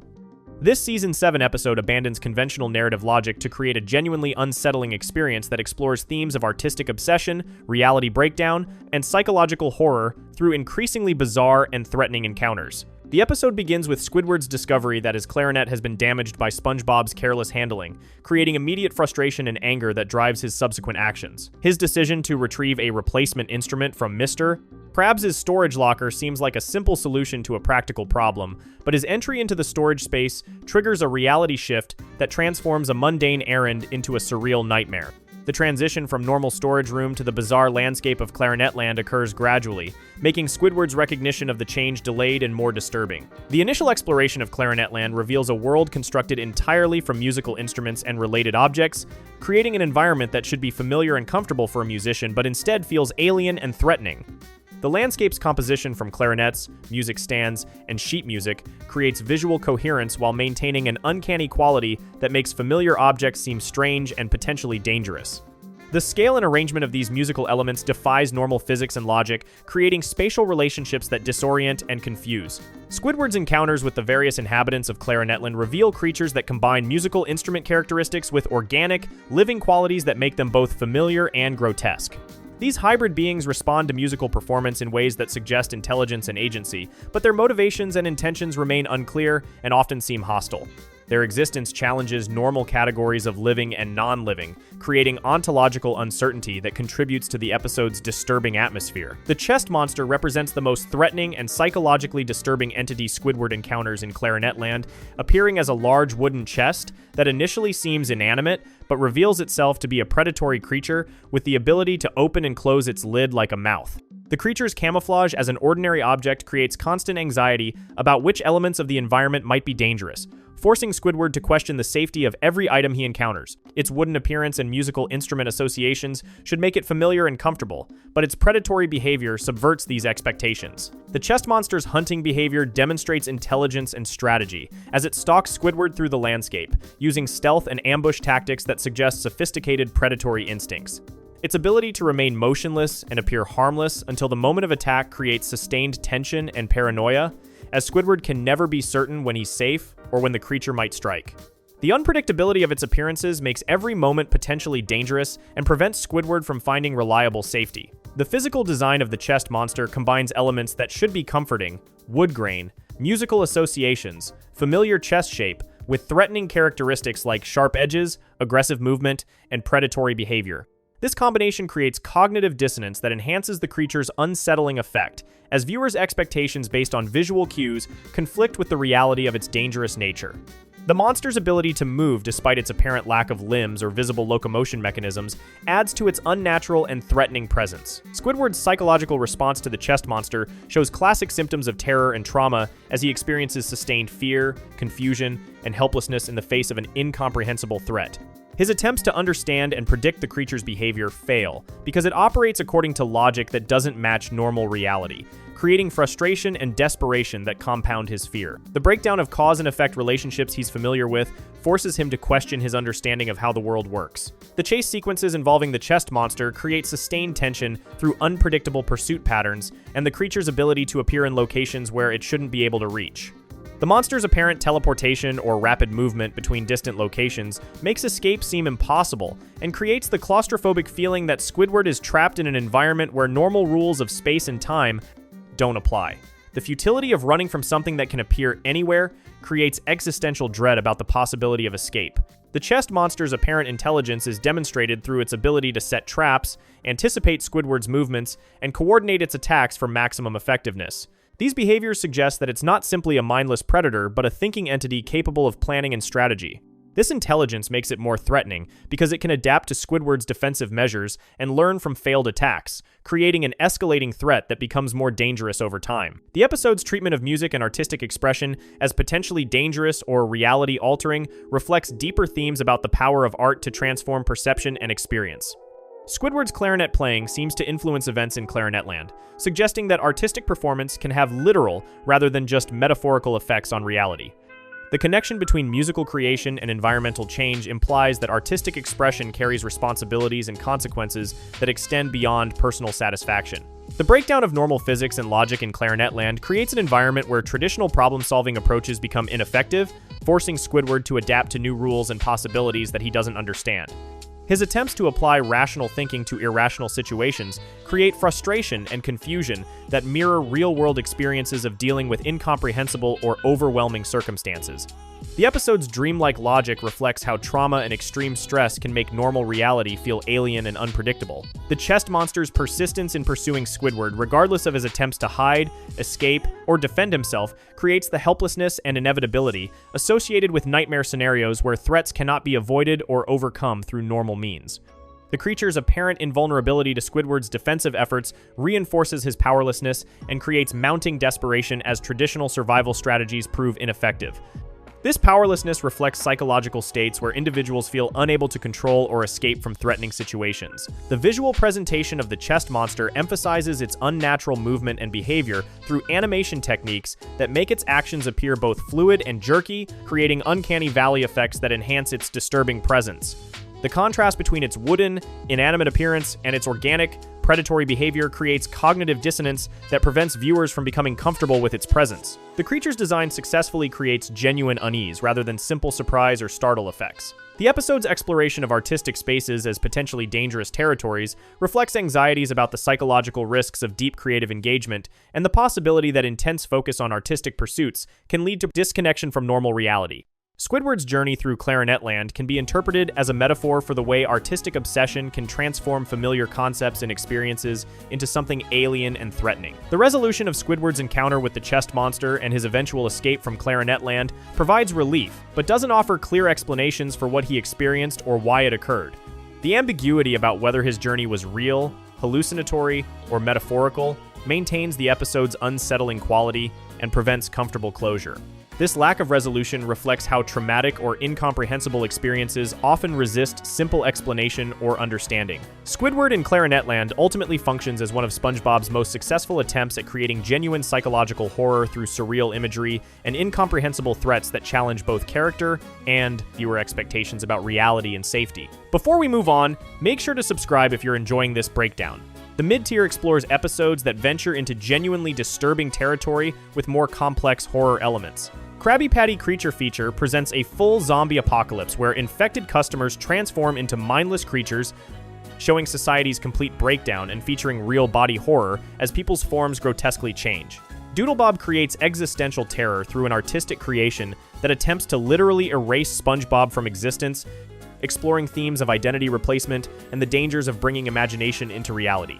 Squidward in Clarinetland abandons normal narrative logic entirely, trapping Squidward in a surreal dimension where a predatory chest monster stalks him through a reality-bending landscape of musical instruments. These episodes demonstrate SpongeBob's capacity for sophisticated psychological horror that goes beyond simple scares to explore deeper anxieties about existence, identity, and reality itself. They feature sustained tension, genuine menace, and scenarios that challenge characters' understanding of their world. Moving on to Deep Waters, Not Normal shows SpongeBob destroying his own personality to fit in with others. When people call him weird and annoying, SpongeBob decides he needs to become normal like everyone else. This episode is scary because it shows how mean comments can make someone hate themselves and change everything about who they are. The episode starts when SpongeBob realizes everyone thinks he's strange. Squidward and other people make fun of his laugh, his excitement, and his happy attitude. Instead of ignoring these mean words, SpongeBob believes them and starts feeling bad about himself. He thinks being different is wrong, and that he needs to change to make people like him. SpongeBob's change is horrible to watch. He stops laughing at funny things. He stops getting excited about jellyfish or Krabby Patties. He talks in a flat, boring voice and acts like a robot. Every part of his personality that made him special gets thrown away. He becomes a gray, sad copy of himself who has no joy left inside. The worst part is watching SpongeBob fight against his own nature. When something makes him want to laugh, he forces himself to stop. When he wants to have fun, he makes himself act serious instead. He's hurting himself on purpose to please other people. It's like watching someone slowly kill their own spirit. His friends notice the change but don't know what to do.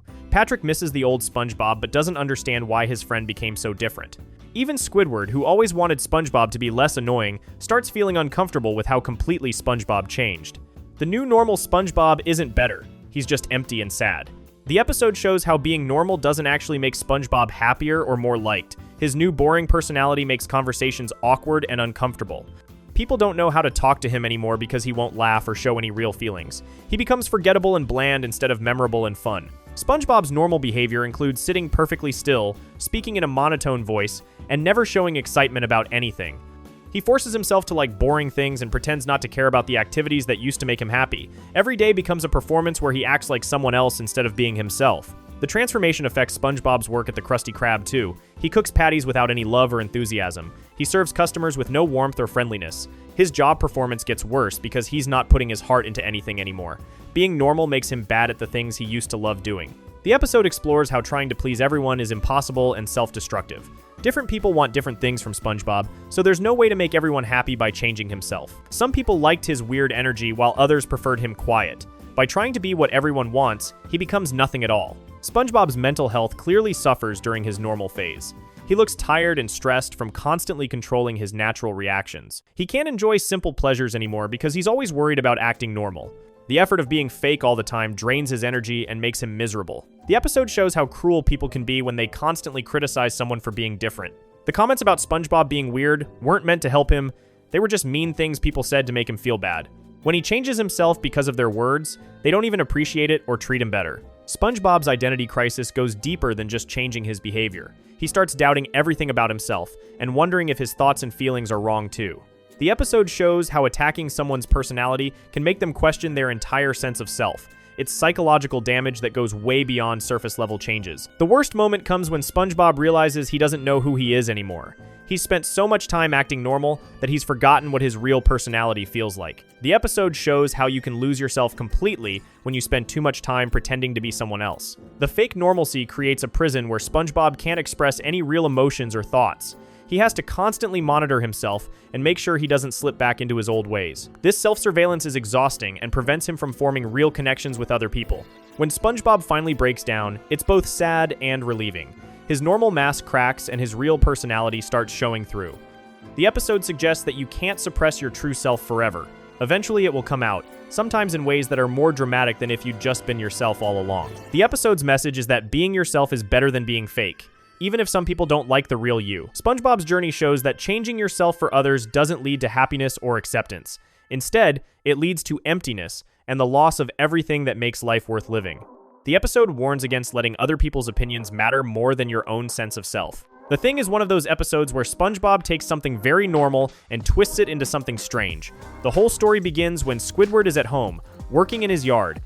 He wants peace and quiet, but things go wrong almost immediately. While trying to use cement for a small job, Squidward ends up falling into the mixture and getting completely covered. By the time he gets out, the cement has hardened around his body. He can't move or speak properly. Only his eyes are visible, staring out from a gray, lumpy mass. This new form makes Squidward look like a monster. His body is no longer smooth and normal. It's big, gray, and rough like a walking pile of stone. To Squidward, it's a disaster. He's trapped inside, unable to explain what happened. But when SpongeBob and Patrick see him, they don't recognize him at all. Instead of realizing it's their neighbor, they think it's some strange creature that appeared out of nowhere. The humor comes from how completely wrong their reaction. Island SpongeBob and Patrick immediately decide that this thing must be taken care of, not feared. They put a collar on him, treat him like a pet, and start showing him off around Bikini Bottom. Squidward, still stuck and unable to speak clearly, tries to fight back or at least get their attention. But every muffled sound he makes only convinces them more that this is not Squidward, but a strange new being. The scenes play out like a mix of horror and comedy. The way Squidward looks could be terrifying in another context, a figure with no features, only eyes sticking out of a shapeless gray body. He follows behind SpongeBob and Patrick, groaning and stumbling, which makes him seem even more unnatural. But because the show plays it for laughs, the other characters accept this thing in ridiculous ways. People in town are curious, but nobody guesses it's Squidward under all that cement. The longer it goes on, the more Squidward suffers. He doesn't want to be dragged around or treated like a pet. He just wants to go home and get the cement off. But SpongeBob and Patrick are so excited about their discovery that they ignore every sign that this monster might actually be their neighbor in trouble. The helplessness Squidward feels is what gives the episode its edge. He can't communicate, can't escape, and can't stop them from showing him off. Eventually, SpongeBob and Patrick bring the Thing into a talent show. They put Squidward on stage, thinking he'll do tricks and make the audience cheer. But instead, Squidward just stumbles around miserably. The crowd laughs, thinking it's all part of the act. What is truly awful for Squidward becomes entertainment for everyone else. The whole story ends with SpongeBob and Patrick still not realizing what's going on. Squidward never gets the satisfaction of being understood. He remains stuck in the cement, humiliated, treated like an object rather than a person. The horror of the Thing comes not from monsters or danger, but from the idea of being trapped in a body you can't control, unable to make people see who you really are. It's a strange episode because it uses body horror as comedy. Squidward's new shape is uncomfortable to look at, but the reactions around him are light and silly. That mix creates unease. On the surface, kids laugh at SpongeBob and Patrick treating Squidward like a pet, but underneath, it's a nightmare of losing your identity and voice, while the world laughs at your pain. Good Neighbors is one of those SpongeBob episodes that plays like a nightmare disguised as comedy. On the surface, it's another story of Squidward wanting peace and SpongeBob and Patrick ruining it. But when you slow it down, the details turn into something strange, almost oppressive. As Squidward's safe space, his own home betrays him. The episode begins with Squidward looking forward to a quiet Sunday. His voice carries relief, almost joy, as he plans the perfect day: tea, a book, and the bliss of no interruptions. Sundays are supposed to be the one time Squidward can escape the constant noise of Bikini Bottom, especially the antics of SpongeBob and Patrick. For a moment, it feels like he might actually get that rest. But the peace doesn't last. SpongeBob and Patrick decide they want to spend Sunday with Squidward. Their idea of being good neighbors is not leaving him alone, but forcing themselves into his schedule. They knock on his door, sing loudly, and beg to be part of his relaxation. Squidward rejects them again and again, his anger rising as they keep insisting. This is where the tension begins, because Squidward's biggest fear is losing control of his personal space, and SpongeBob and Patrick don't understand boundaries. Eventually, SpongeBob and Patrick unveil a surprise: the Sunday Chum, a robotic home security system meant to help Squidward. On paper, it sounds harmless, a machine designed to protect his house and keep things peaceful. But from the moment it's introduced, it becomes clear that the Sunday Chum isn't going to make Squidward's life better. Instead, it makes his home unpredictable and unstable. The Sunday Chum quickly malfunctions thanks to SpongeBob and Patrick's tampering. Doors open and slam without warning. The walls shift. The system doesn't respond to Squidward's commands the way it should.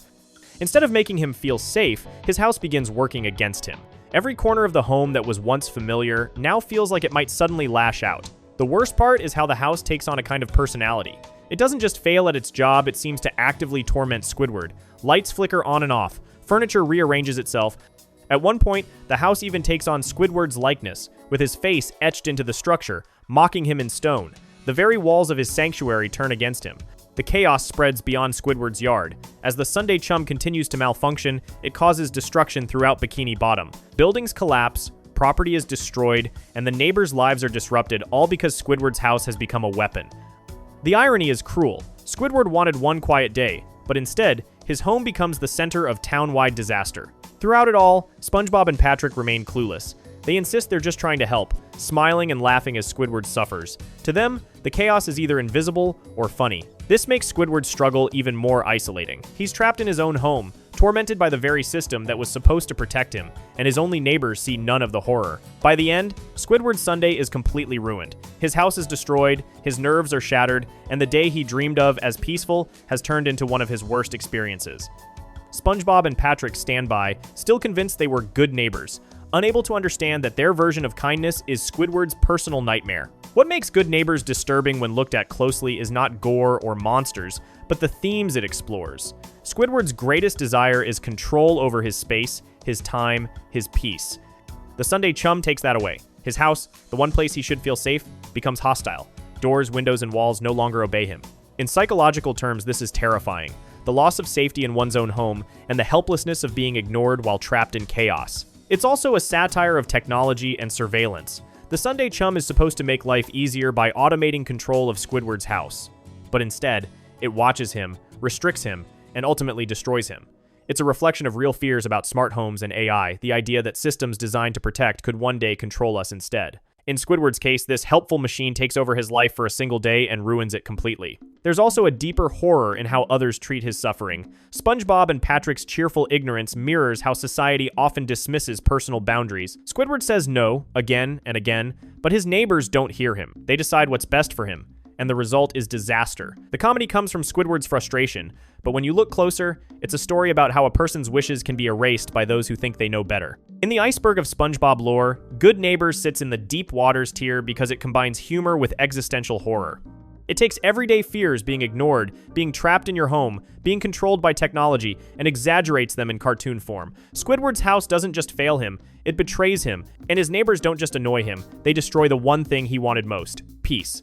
The scariest part of Good Neighbors is that Squidward never wins. There's no moment of justice, no satisfaction of being heard. He doesn't get his Sunday back. His house is wrecked, his day is wasted, and SpongeBob and Patrick still believe they were helping. Squidward is left humiliated, angry, and powerless. The episode ends not with resolution, but with the cruel reality that in his world, his voice doesn't matter. And that's the real horror of Good Neighbors. Not haunted houses or monsters, but the idea that your home can betray you, your neighbors will never respect you, and the peace you dream of will always be just out of reach. Before we move on, make sure to subscribe if you're enjoying this breakdown. SB 129 is one of SpongeBob's earliest dives into science fiction, and what makes it unsettling is how it uses a funny premise to touch on real cosmic horror. It begins with something simple. Squidward wants to escape SpongeBob and Patrick. Their loud, endless laughter drives him to hide in the Krusty Krab's freezer for some peace.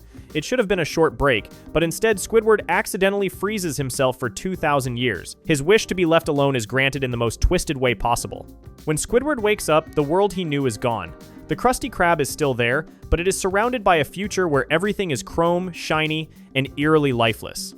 The design of the future is cold, full of perfect lines and metallic surfaces. For a character who always complains about mess and chaos, it feels like Squidward's dream come true at first. But as he looks closer, the perfection feels wrong. The noise and unpredictability of SpongeBob's world may have annoyed him, but they also gave it warmth and life. Without them, the silence is suffocating. He meets Spongetron, a robotic descendant of SpongeBob, along with multiple versions of Patron. At first, the recognition brings relief. It's familiar, something to hold on to after being frozen for millennia, but the comfort doesn't last. These future versions are not his neighbors, they're hollow, programmed copies. They laugh, they speak, but without any real emotion. Their attempts at friendliness only highlight what Squidward has lost. The episode quietly suggests that imitation without true connection can be lonelier than solitude. Desperate, Squidward finds a time machine. His hope is simple: escape this lifeless future and return to the Bikini Bottom he knows. But time does not give him what he wants. Instead, it becomes a trap, pulling him into new eras that strip away more and more of the life he craves. He ends up in the prehistoric past, where SpongeBob and Patrick exist only as primitive cave dwellers. They grunt, throw rocks, and act on instinct. For Squidward, this is terrifying. They have the bodies of his neighbors, but none of their personalities or minds. He tries to teach them music, art, and even language, desperate to prove that companionship can be rebuilt, but they cannot understand. It's a cruel joke. Squidward finally has SpongeBob and Patrick without the chaos, yet it's worse, because they aren't really there at all. The most haunting moment comes when Squidward is sent into a white void, a place of absolute nothingness. There are no walls, no floor, no sound. He stands alone in endless blank space with nothing but his own thoughts. This is the purest form of isolation, not just being away from people, but existing in a reality where nothing else exists at all. Squidward screams into the void, and the sound echoes forever, as if mocking him with proof that he is the only living thing left. This scene is short but unforgettable. It pulls SpongeBob out of comedy and straight into existential horror. The joke is that Squidward only wanted to be left alone. The punchline is that he gets exactly what he asked for, and it drives him insane. Eventually, Squidward manages to return to his own time. The chaos of SpongeBob and Patrick is still there, loud and unrelenting. But after what he has seen, their presence is no longer just annoyance. It's proof that he isn't alone. The laughter that once tortured him now sounds like salvation compared to the silence of the future and the emptiness of the void. What makes SB-129 so disturbing is not monsters or violence, but the way it plays with time and isolation. Squidward learns that too much silence is worse than too much noise, and too much solitude is worse than constant interruption. It's a lesson wrapped in slapstick but built on deep fears. The fear of living without connection, the fear of being forgotten by time, and the fear of existing in a world that no longer has a place for you. In SpongeBob's iceberg of lore, SB-129 sinks deep because it shows that loneliness can be as terrifying as any ghost story. Squidward goes searching for peace, but finds only eternal solitude. And when he finally wakes up back home, the message is clear.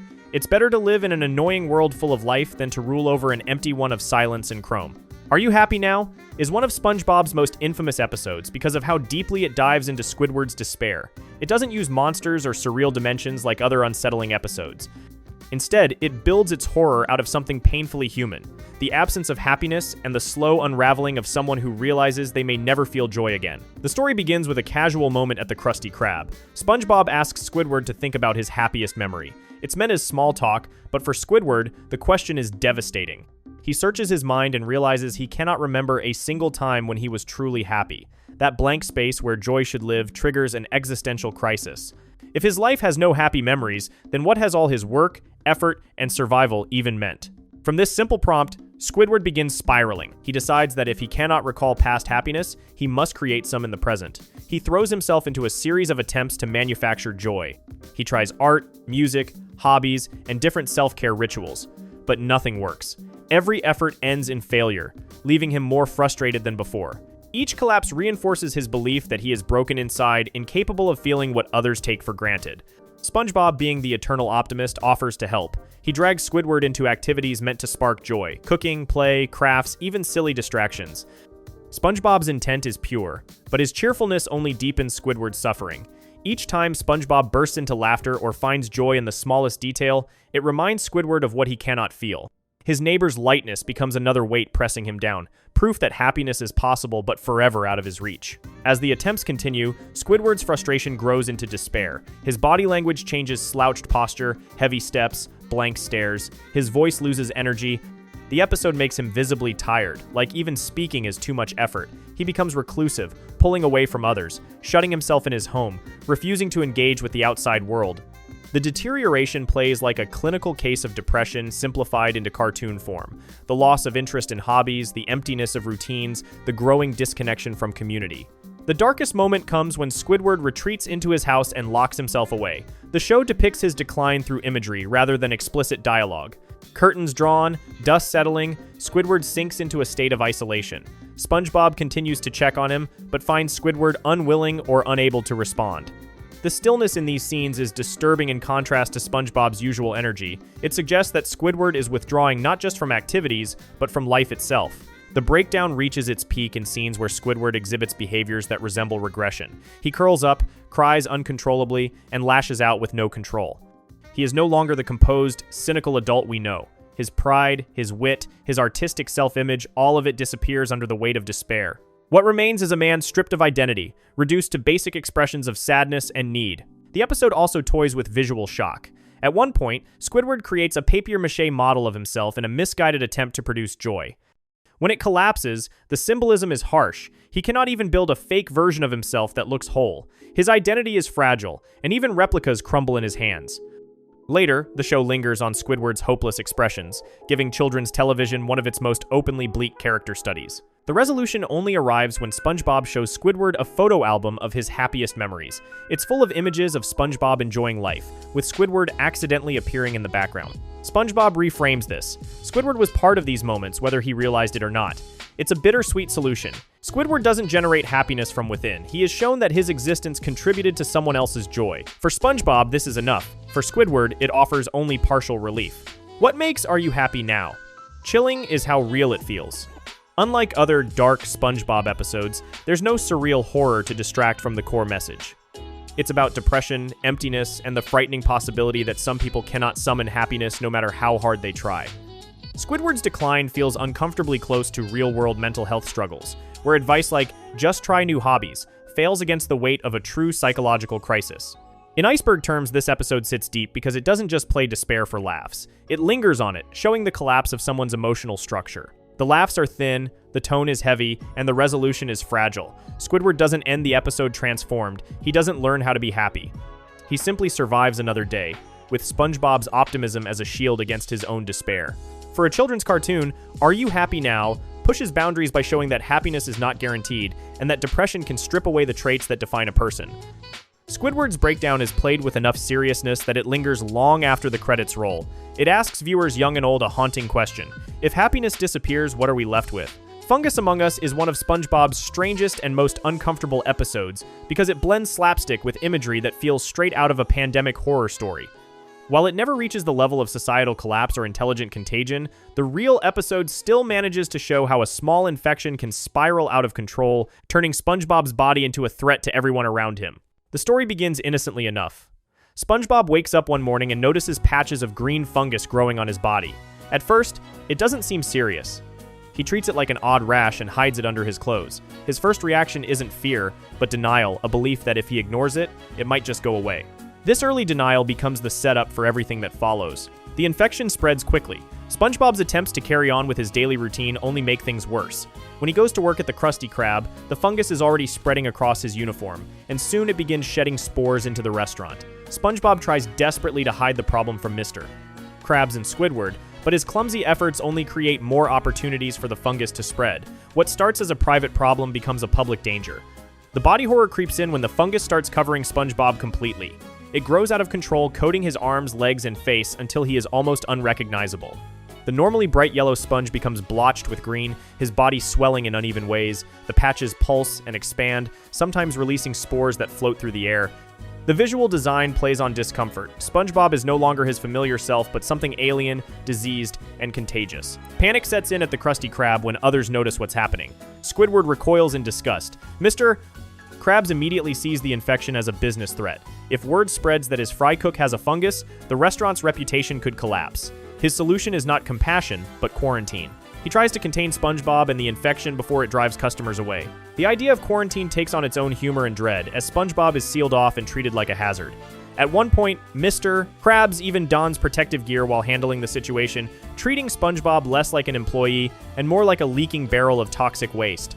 The exaggeration makes it funny, but underneath the laughter is a real sense of isolation. SpongeBob is cut off from others, treated as dangerous when all he wanted was to continue life as normal. As the fungus grows, SpongeBob's movements become restricted.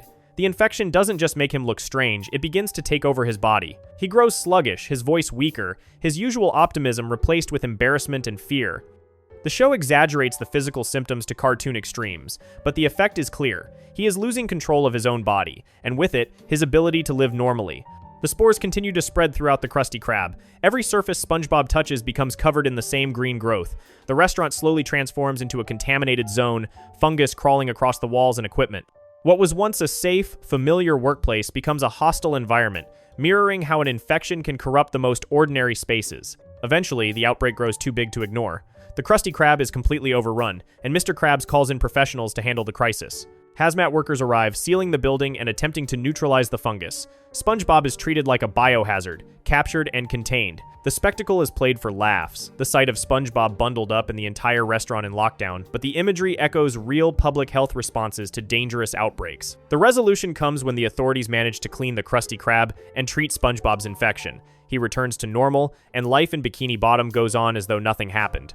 But the episode doesn't erase the unsettling visuals it leaves behind. The sight of SpongeBob's body overrun with alien growths, the spores filling the restaurant, the way his friends turned against him once they realized he was a risk. What makes Fungus Among Us disturbing is how closely it mirrors real fears about disease without ever naming them. The themes are simple. Denial makes things worse, infections spread invisibly, and once the threat is obvious, society isolates the victim instead of helping them. The cartoon exaggerates these ideas, but they resonate because they reflect how fragile safety can be when health is compromised. It also shows the fragility of SpongeBob's relationships. The moment he becomes sick, Squidward recoils, Mr. Krabs panics about money, and even SpongeBob himself hides away in shame. The cheerful world of Bikini Bottom becomes judgmental and cruel when confronted with something infectious. This social rejection mirrors the way real communities sometimes treat the sick as problems to be managed rather than people to be cared for. In the iceberg of SpongeBob lore, Fungus Among Us sinks deep because of its body horror imagery and the way it turns SpongeBob himself into the monster. It doesn't need an outside threat or ghost story. The horror comes from inside his body, growing, spreading, and threatening to consume the people and places he loves. It's an episode about contamination, but more importantly, it's an episode about fear. Fear of sickness, fear of being abandoned, and fear of losing yourself to something you can't control. The Lost Media, Broadcast Oddities Iceberg. Next up, we got the Lost Media, Broadcast Oddities Iceberg to melt down. Without further ado, let's get into it. Starting with the surface level for this iceberg. Lost Media, Broadcast Oddities. Patchy the Pirate Bumpers. Patchy the Pirate Bumpers represent some of SpongeBob's most memorable transitional content, featuring the live-action pirate character hosting special episodes and providing commentary between segments. These bumpers, primarily appearing during milestone episodes and specials, create a unique blend of live-action and animation that distinguishes SpongeBob from other Nickelodeon programming. Patchy, portrayed by Tom Kenny, who also voices SpongeBob, appears as SpongeBob's biggest fan and the president of his fan club. His bumpers typically feature him in his cluttered house filled with SpongeBob merchandise, talking directly to the camera about upcoming segments or reacting to episodes he's watching. The character's enthusiastic, slightly unhinged personality creates comedy through his obsessive devotion to SpongeBob and his tendency to get distracted or frustrated during his hosting duties. The most famous Patchy segments appear in Christmas Who, where he hosts the holiday special while dealing with various mishaps, including his house losing power and his parrot Potty causing problems. These segments show Patchy's dedication to sharing SpongeBob content even when technical difficulties and personal problems interfere with his hosting. His determination to continue the show despite obstacles creates both humor and genuine charm. The Shanghai special features Patchy Bumpers, where he discusses the episode's multiple endings, allowing viewers to see different conclusions to the story. These segments acknowledge the experimental nature of the episode while maintaining Patchy's character as an obsessive fan who wants to share every possible version of SpongeBob content. His excitement about having multiple endings reflects real fan enthusiasm for bonus content and alternate versions. Patchy's interactions with his parrot Potty create ongoing conflict and comedy throughout various bumpers. Potty often contradicts Patchy's statements, points out his mistakes, or creates chaos that disrupts his hosting attempts. This dynamic adds unpredictability to the bumpers and shows Patchy as someone who struggles to maintain control even in his own home while trying to present SpongeBob content professionally. The production quality of Patchy segments deliberately contrasts with the polished animation of SpongeBob episodes, featuring low-budget special effects, obvious props, and intentionally amateurish presentation. This aesthetic choice reinforces Patchy's character as an enthusiastic amateur rather than professional broadcaster. The cheap production values become part of the humor and charm rather than detracting from the content. Title card, misprints. Title cards have always been part of SpongeBob's style, with each episode opening on a still image that displays the title in a decorative font. They're consistent across the series, but small quirks do exist in how they've been presented in different broadcasts and regions.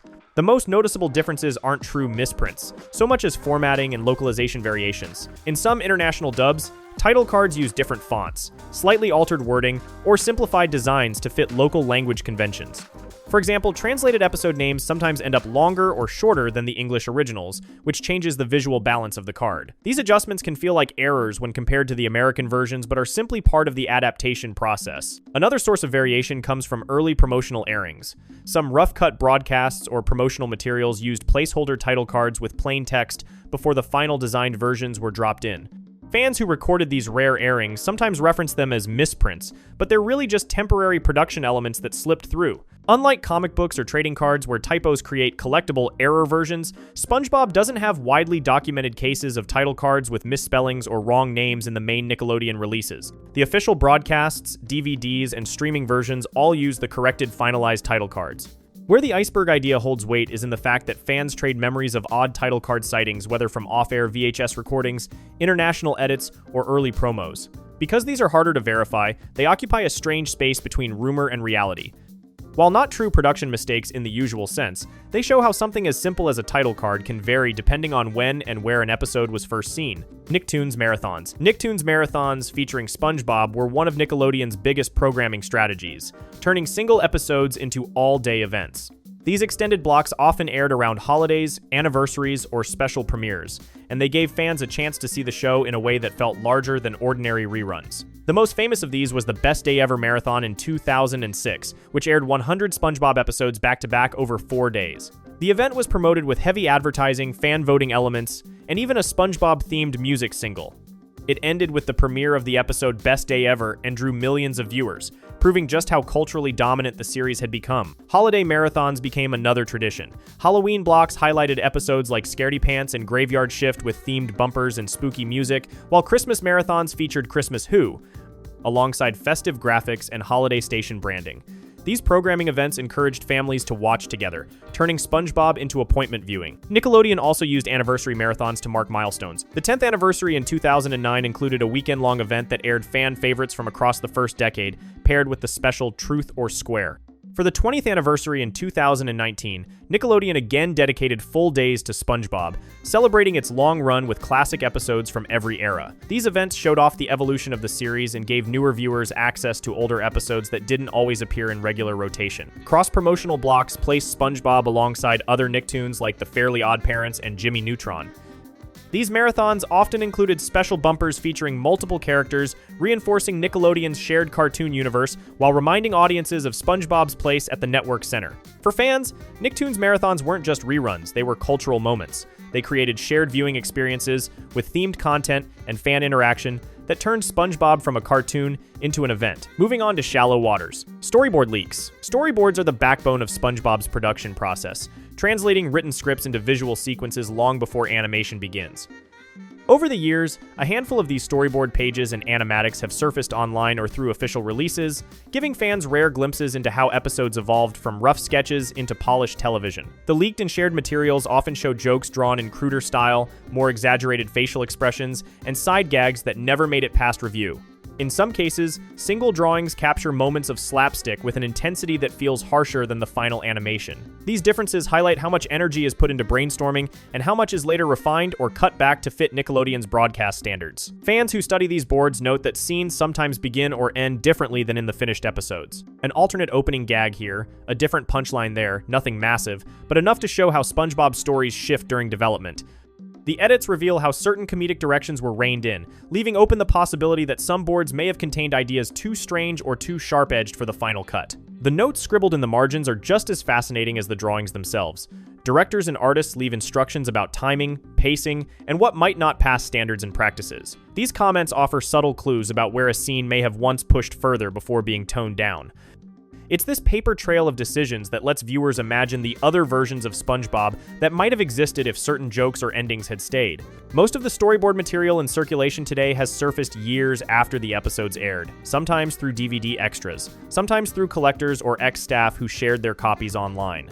The delayed nature of these finds adds to their mystique, glimpses of what was and hints of what could have been. For fans, storyboard leaks sit in a curious space between fact and speculation. The images are real, the notes are real, but they also leave room to wonder about the alternate jokes, alternate beats, and perhaps even alternate endings that were left behind in the production room. International dub differences.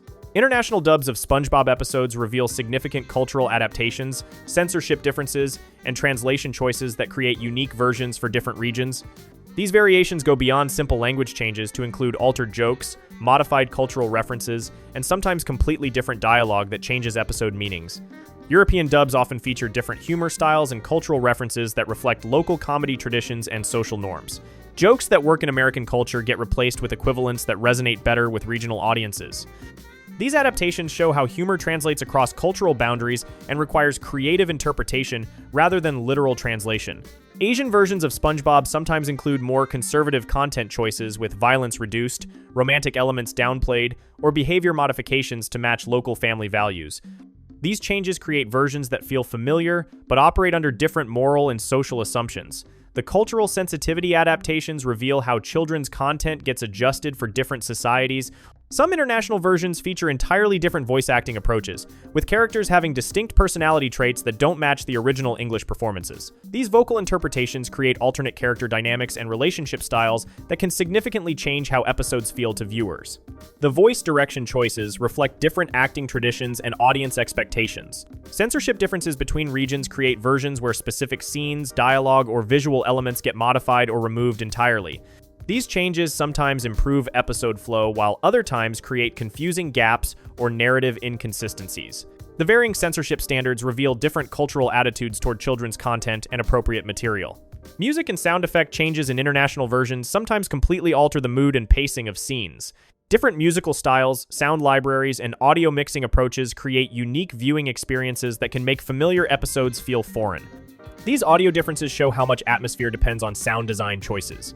Translation of character names, location names, and specific terminology creates regional variations that affect cultural understanding and fan community discussions. Some regions maintain original names, while others create localized versions that better fit linguistic patterns.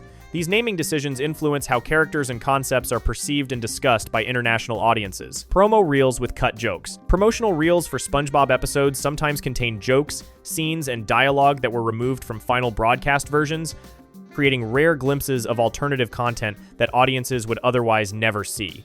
These promotional materials were created for network executives, advertisers, and press events rather than general audiences. Early promotional reels often feature rougher animation and different voice performances that show episodes in development stages before final polishing. The unfinished quality provides insight into production timelines and reveals how much refinement occurs between initial completion and broadcast readiness. These materials document the evolution of individual episodes through the production process. Cut jokes in promotional materials sometimes include content that was deemed too mature, controversial, or simply unfunny for final episodes. The removed humor reveals creative risks that writers and producers were willing to take during development but ultimately decided against including. These deleted elements show the editing process that shapes final episode content. Alternate scene arrangements in promotional reels demonstrate different pacing and narrative structure choices that were considered during post-production. Scenes might appear in different orders, with different transitions, or combined in ways that create alternate viewing experiences. These structural differences show how editing decisions significantly impact episode flow and audience experience. Network promotional materials sometimes promise content or highlight scenes that don't appear in actual episodes, creating false expectations or advertising content that was removed after promotional materials were created. These disconnects between marketing and final product reveal the complexity of coordinating promotional campaigns with ongoing production processes. Behind-the-scenes footage in promotional reels occasionally shows production staff, recording sessions, or animation processes that provide rare glimpses into SpongeBob's creation methods. This documentary-style content offers educational value about animation production while serving promotional purposes.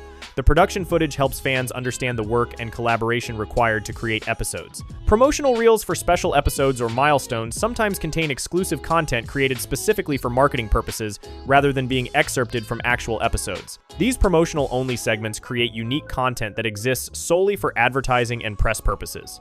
The exclusive material rewards careful attention from fans and collectors who seek complete SpongeBob content. Some promotional materials feature different music, sound effects, or audio mixing than final episodes, creating alternate versions of familiar scenes with different emotional impact. These audio differences show how sound design choices affect audience response and episode atmosphere. The promotional audio choices sometimes reflect different target audiences or marketing strategies than final broadcast versions. The Shallow Waters level reveals production materials and regional variations that require some digging to discover. Storyboard leaks show early episode development with rougher humor, different plot elements, and content that was removed before final animation. International dub differences create unique versions through cultural adaptations, censorship changes, and completely different voice acting approaches that alter character dynamics. Promo reels contain cut jokes, alternate scenes, and exclusive content created for marketing that never appeared in actual episodes. These oddities show how much content gets filtered, changed, or regionally adapted between initial creation and final broadcast, creating multiple versions of familiar episodes. Before we move on, make sure to subscribe if you're enjoying this breakdown. Moving on to mid-tier, Midlife Crustacean pulled from rotation. Midlife Crustacean was permanently removed from SpongeBob broadcast rotation and streaming platforms due to content concerns that emerged during contemporary review of older episodes. This Season 3 episode featured Mr. Krabs joining SpongeBob and Patrick for a night out to feel young again, but contained scenes that were later deemed inappropriate for children's television. The specific content that led to the episode's removal involved a sequence where the characters engage in a panty raid at a woman's house. While the scene was originally written and animated as harmless mischief typical of the show's humor, later evaluation recognized that it depicted breaking and entering with intent to steal intimate clothing items. This behavior, when viewed through modern perspectives on consent and property rights, was seen as promoting criminal activity. The episode's removal occurred quietly without official announcement, leading to confusion among fans who noticed its absence from regular programming and streaming services. Nickelodeon's decision to pull the episode reflects the network's ongoing review of legacy content for material that no longer meets current broadcast standards. The removal demonstrates how children's content standards evolve over time and how past material can become problematic under contemporary values. The controversy surrounding midlife crustacean extends beyond the specific problematic scene to broader questions about how classic children's content should be handled when it contains outdated or inappropriate material. Some fans argue for keeping the episode available with content warnings, while others support its removal to prevent exposure of inappropriate behavior to young viewers. The debate reflects larger cultural discussions about preserving versus censoring problematic historical content. The episode's unavailability has made it a form of lost media, despite being relatively recent, as official copies are no longer distributed and fans must rely on unofficial recordings or uploads to view the content. This scarcity has increased interest in the episode among collectors and researchers studying SpongeBob's broadcast history. The removal has created an unintentional collectability for recordings that include the banned episode. Production materials and behind-the-scenes content related to midlife crustacean remain accessible, allowing study of the episode's creation and original context without promoting the problematic content itself. These materials provide insight into how animation production processes of the early 2000s approached content that would later be considered inappropriate. The documentation helps understand how broadcast standards and social awareness have changed over time. Quarantined Crab, delayed for pandemic. Quarantined Crab faced unprecedented broadcast delays due to its plot similarities to real-world COVID-19 pandemic experiences, creating a unique situation where fictional content became too close to traumatic reality for comfortable viewing. This Season 12 episode featured the Krusty Krab under quarantine due to a health scare, with characters experiencing isolation, fear, and social breakdown. The episode was originally scheduled to air in 2020, but was delayed indefinitely as the pandemic made its quarantine-themed content feel insensitive or potentially triggering for audiences experiencing actual lockdowns and health restrictions.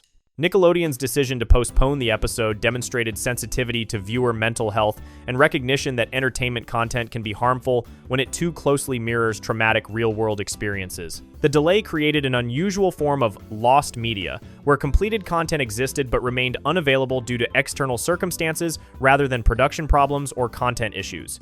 Unlike typical lost media situations involving destroyed or forgotten material, Quarantined Crab was deliberately withheld despite being ready for broadcast. This situation highlighted how world events can affect entertainment distribution in unexpected ways.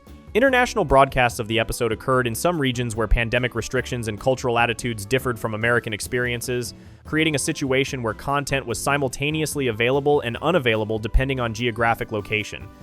These regional differences in sensitivity and broadcast decisions revealed how global events affect local media differently based on varying pandemic experiences and cultural responses. The episode's eventual release in 2021 came with careful timing and promotional consideration to ensure that sufficient distance from peak pandemic trauma had occurred.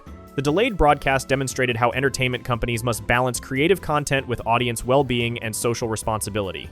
The release timing reflected ongoing assessment of public mental health and readiness for pandemic-themed content. Fan speculation and discussion about the episode's content during its delay period created anticipation and curiosity that exceeded normal episode interest. The forbidden or delayed status made the episode more notable than it might have been under normal circumstances. Social media discussion and leaked information about the episode's plot created ongoing interest despite its unavailability. The Quarantined Crab situation established precedent for how entertainment companies might handle content that becomes problematic due to real-world events, rather than inherent content issues. The case demonstrated the need for flexibility in broadcast scheduling and sensitivity to audience mental health during crisis periods. The precedent may influence future decisions about content that coincidentally relates to traumatic current events. Regional broadcast orders. Regional broadcast orders for SpongeBob episodes vary significantly between countries and networks, creating different viewing experiences and episode availability patterns that affect how international audiences understand character development and story progression. These variations occur due to cultural preferences, censorship requirements, and local programming strategies. European broadcasts often feature different episode ordering that prioritizes certain types of content over others, with some regions favoring episodes with less violence or more educational content. These curatorial choices create viewing experiences where character development and running gags may appear in different sequences than originally intended. The reordering can affect how audiences understand character relationships and story continuity. Asian markets sometimes skip entire episodes or show them in heavily modified versions, creating broadcast orders that have significant gaps compared to original American sequences. These omissions are typically due to cultural content concerns, censorship requirements, or local broadcasting regulations that affect what material is considered appropriate for children. The missing episodes create discontinuities in character development and story progression.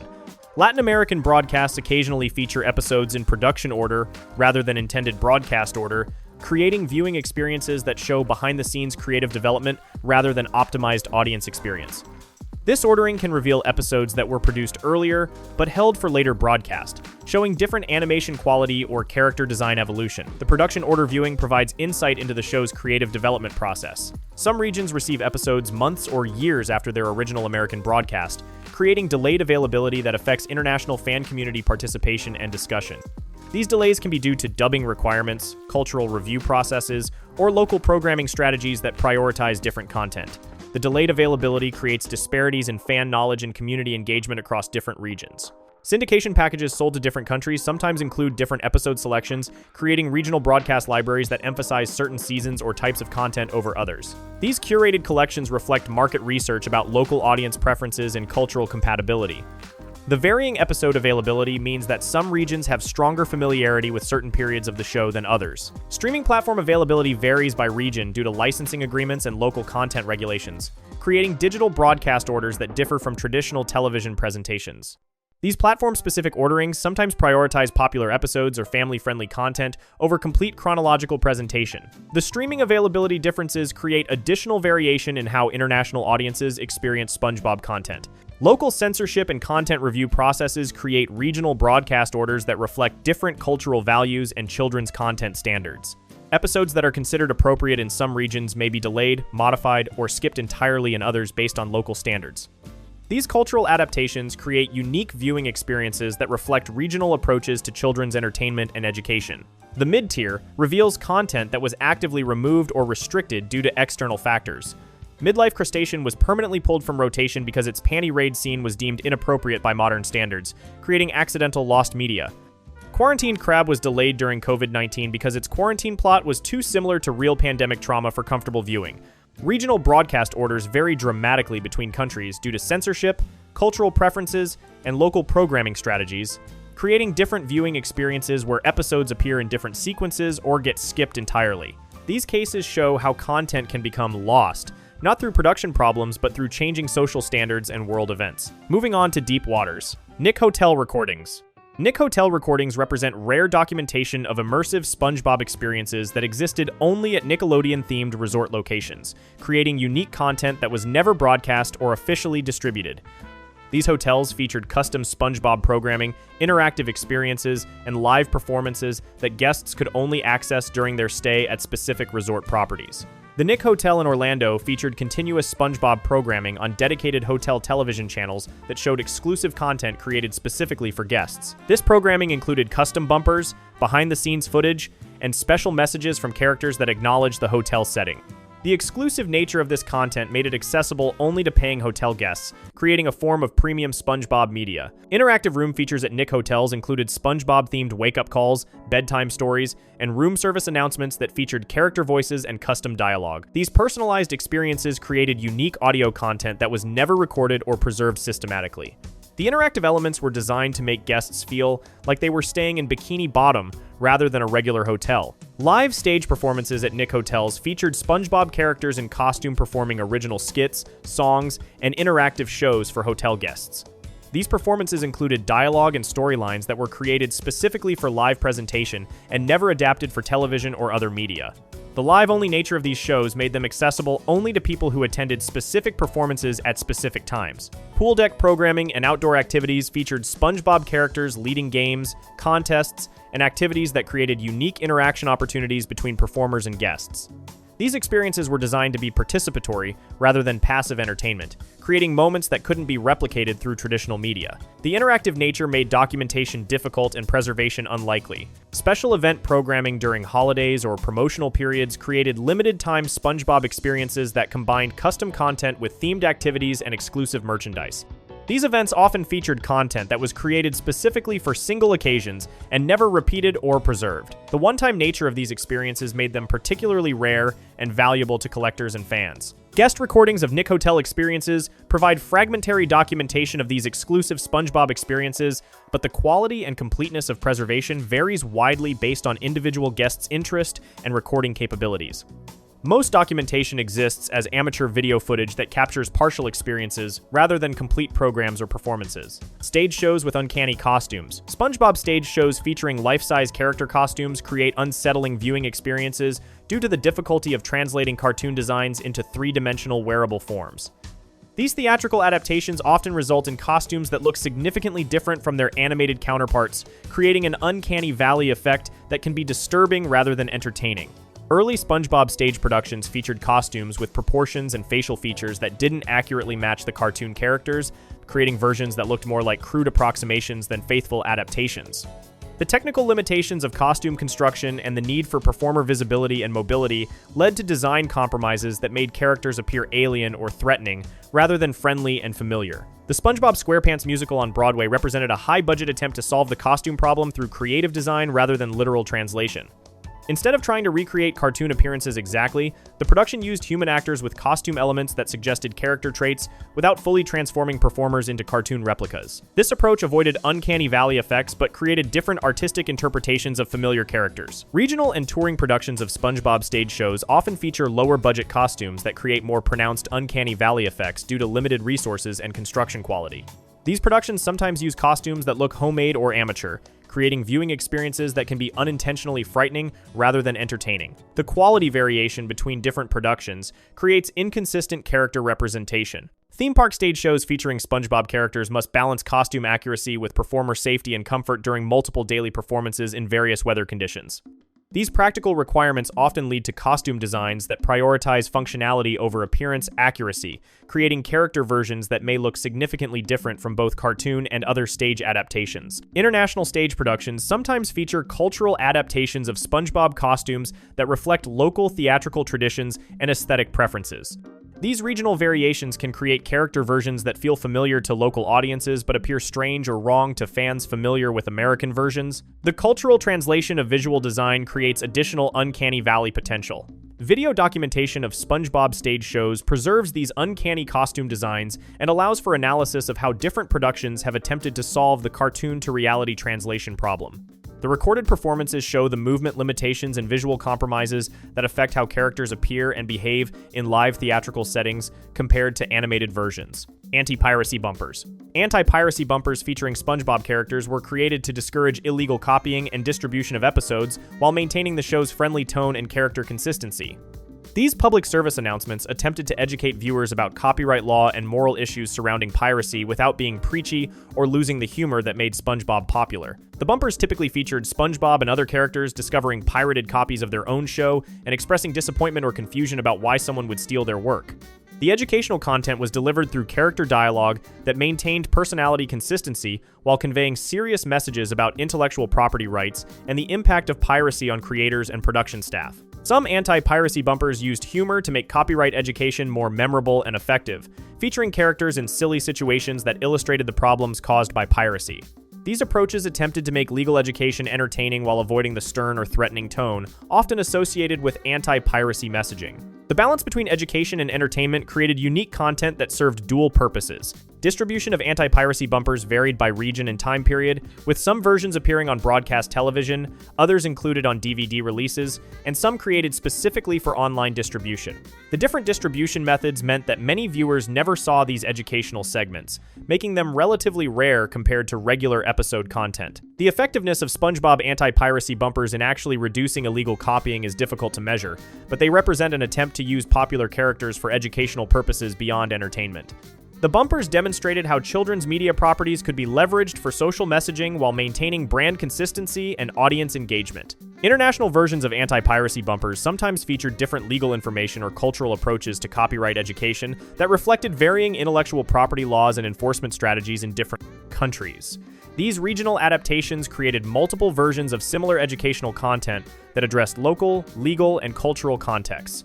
The preservation of anti-piracy bumpers as historical artifacts provides insight into how the entertainment industry has approached piracy education and how popular characters have been used for educational purposes beyond their primary entertainment function. These materials document the evolution of copyright awareness campaigns and their integration with popular media properties. The Deep Waters level uncovers truly rare and unsettling content that most fans never experienced.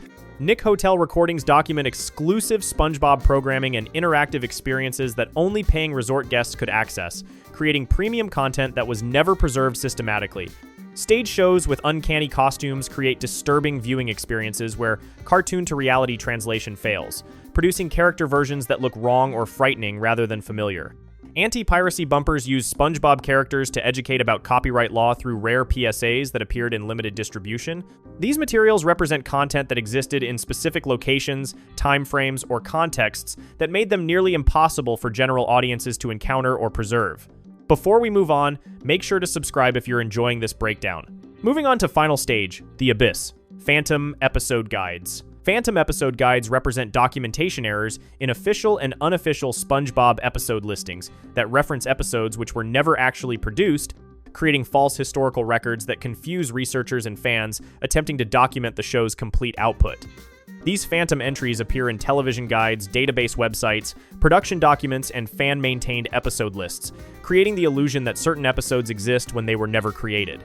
The origin of phantom episode guides often stems from early production planning documents where episode concepts were titled and scheduled before being canceled, revised, or merged with other episodes during the development process. Television networks create preliminary programming schedules months in advance, sometimes listing tentative episode titles based on production proposals rather than completed content. When these early planning documents get preserved or distributed, they create records of episodes that were never actually produced but appear in official documentation. Database websites and fan wikis sometimes perpetuate phantom episode information by copying incomplete or inaccurate source material without verification. Once incorrect information gets published online, it can spread to multiple sources through citation and cross-referencing, creating the appearance of multiple confirmations for non-existent content. The collaborative nature of wiki editing can amplify these errors when contributors add information based on unreliable sources or misunderstood production documents. Television guide publishers historically relied on advanced programming information provided by networks, which sometimes included placeholder titles or tentative episode descriptions that were later changed or canceled. These published guides created permanent records of episodes that viewers expected to see but which never aired because production changes occurred after the guides were printed. The physical permanence of printed guides gave false information lasting credibility that persisted even after corrections were made.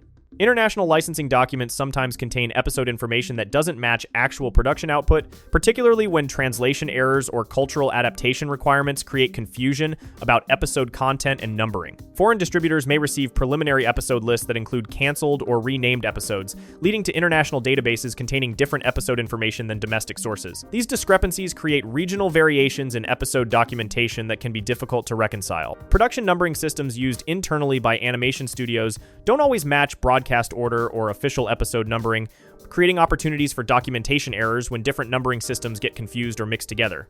Episodes that are produced but never broadcast, or produce segments that get combined into different episodes, can create phantom entries in databases that attempt to reconcile production and broadcast information. The complexity of animation production workflows creates multiple opportunities for documentation errors. Fan communities sometimes create phantom episode entries based on misinterpretation of promotional materials, behind-the-scenes footage, or incomplete information about upcoming episodes. Speculation and wishful thinking can lead to the creation of detailed episode descriptions for content that was never planned or produced. These fan-created phantoms can spread through community discussions and eventually appear in more official-looking documentation as they get repeated and elaborated upon. Seasonal programming changes and network scheduling adjustments can create phantom entries when episodes are announced, promoted, or listed in guides, but then delayed, canceled, or significantly modified before broadcast. The gap between promotional announcement and actual airing creates opportunities for phantom documentation to persist in records that aren't updated to reflect production changes. Marketing materials and press releases may reference episodes that ultimately never reach audiences in the announced form. Legal disputes or censorship issues occasionally result in completed episodes being pulled from broadcast schedules, creating phantom entries for content that exists but isn't available for viewing. These episodes may appear in internal documentation and early promotional materials but disappear from public access due to legal or content concerns. The existence of completed but unavailable content creates genuine lost media situations that can be confused with phantom episodes that never existed. Bootleg DVDs with edits. Bootleg SpongeBob DVDs circulated widely through unofficial distribution channels in the 2000s and 2010s, offering altered or incomplete versions of the show that differed from official releases. These discs were usually sourced from TV recordings or VHS copies and often contained technical flaws, missing segments, or poorly repackaged compilations that created unique but unauthorized viewing experiences. The production of bootleg DVDs typically involved copying broadcast recordings or ripping commercial discs, then reburning the files onto blank DVDs for resale. Because consumer-level equipment was used, the technical quality varied significantly. Some discs looked professional, while others had severe compression artifacts, distorted audio, or corrupted menus that immediately revealed their pirated origins. The accessibility of DVD burning software at the time made small-scale piracy operations common around the world. Edits in bootleg versions often reflected practical rather than creative decisions. Network logos, bumpers, and commercials were usually cut out to disguise the source of the footage or to make the product appear cleaner. In some cases, this removal also erased contextual material like episode title cards or Nickelodeon branding, creating unusual bare-bones versions of SpongeBob episodes. These stripped-down edits contributed to the sense that viewers were watching an unofficial or incomplete version of the show.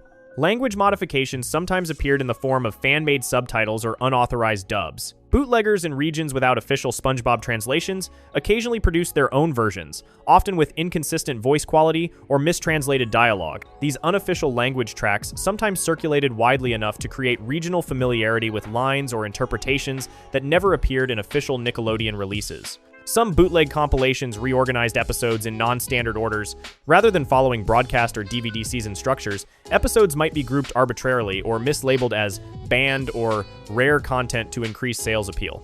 This repackaging sometimes misled buyers into believing they were purchasing exclusive or hard-to-find SpongeBob material, when in reality, the episodes were common but mislabeled. Technical flaws were common across bootleg DVDs. Frequent issues included poor frame rates, glitching menus, region coding errors, and missing episode segments. Episodes copied from television often had abrupt cuts where commercial breaks had been poorly edited out, while VHS-sourced material sometimes showed tracking errors or degraded picture quality. These flaws made bootlegs noticeably inferior to official discs, but also created distinctive viewing experiences recognizable to collectors and fans. Distribution networks for SpongeBob bootlegs included flea markets, street vendors, early online marketplaces, and informal networks where pirated media was common.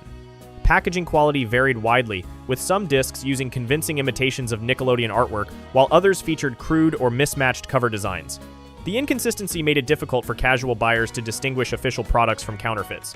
Regional variations in SpongeBob bootlegs reflected both access to different broadcast sources and local demand. In some countries, bootlegs became the primary way audiences accessed SpongeBob, especially in areas where official DVDs were unavailable or prohibitively expensive.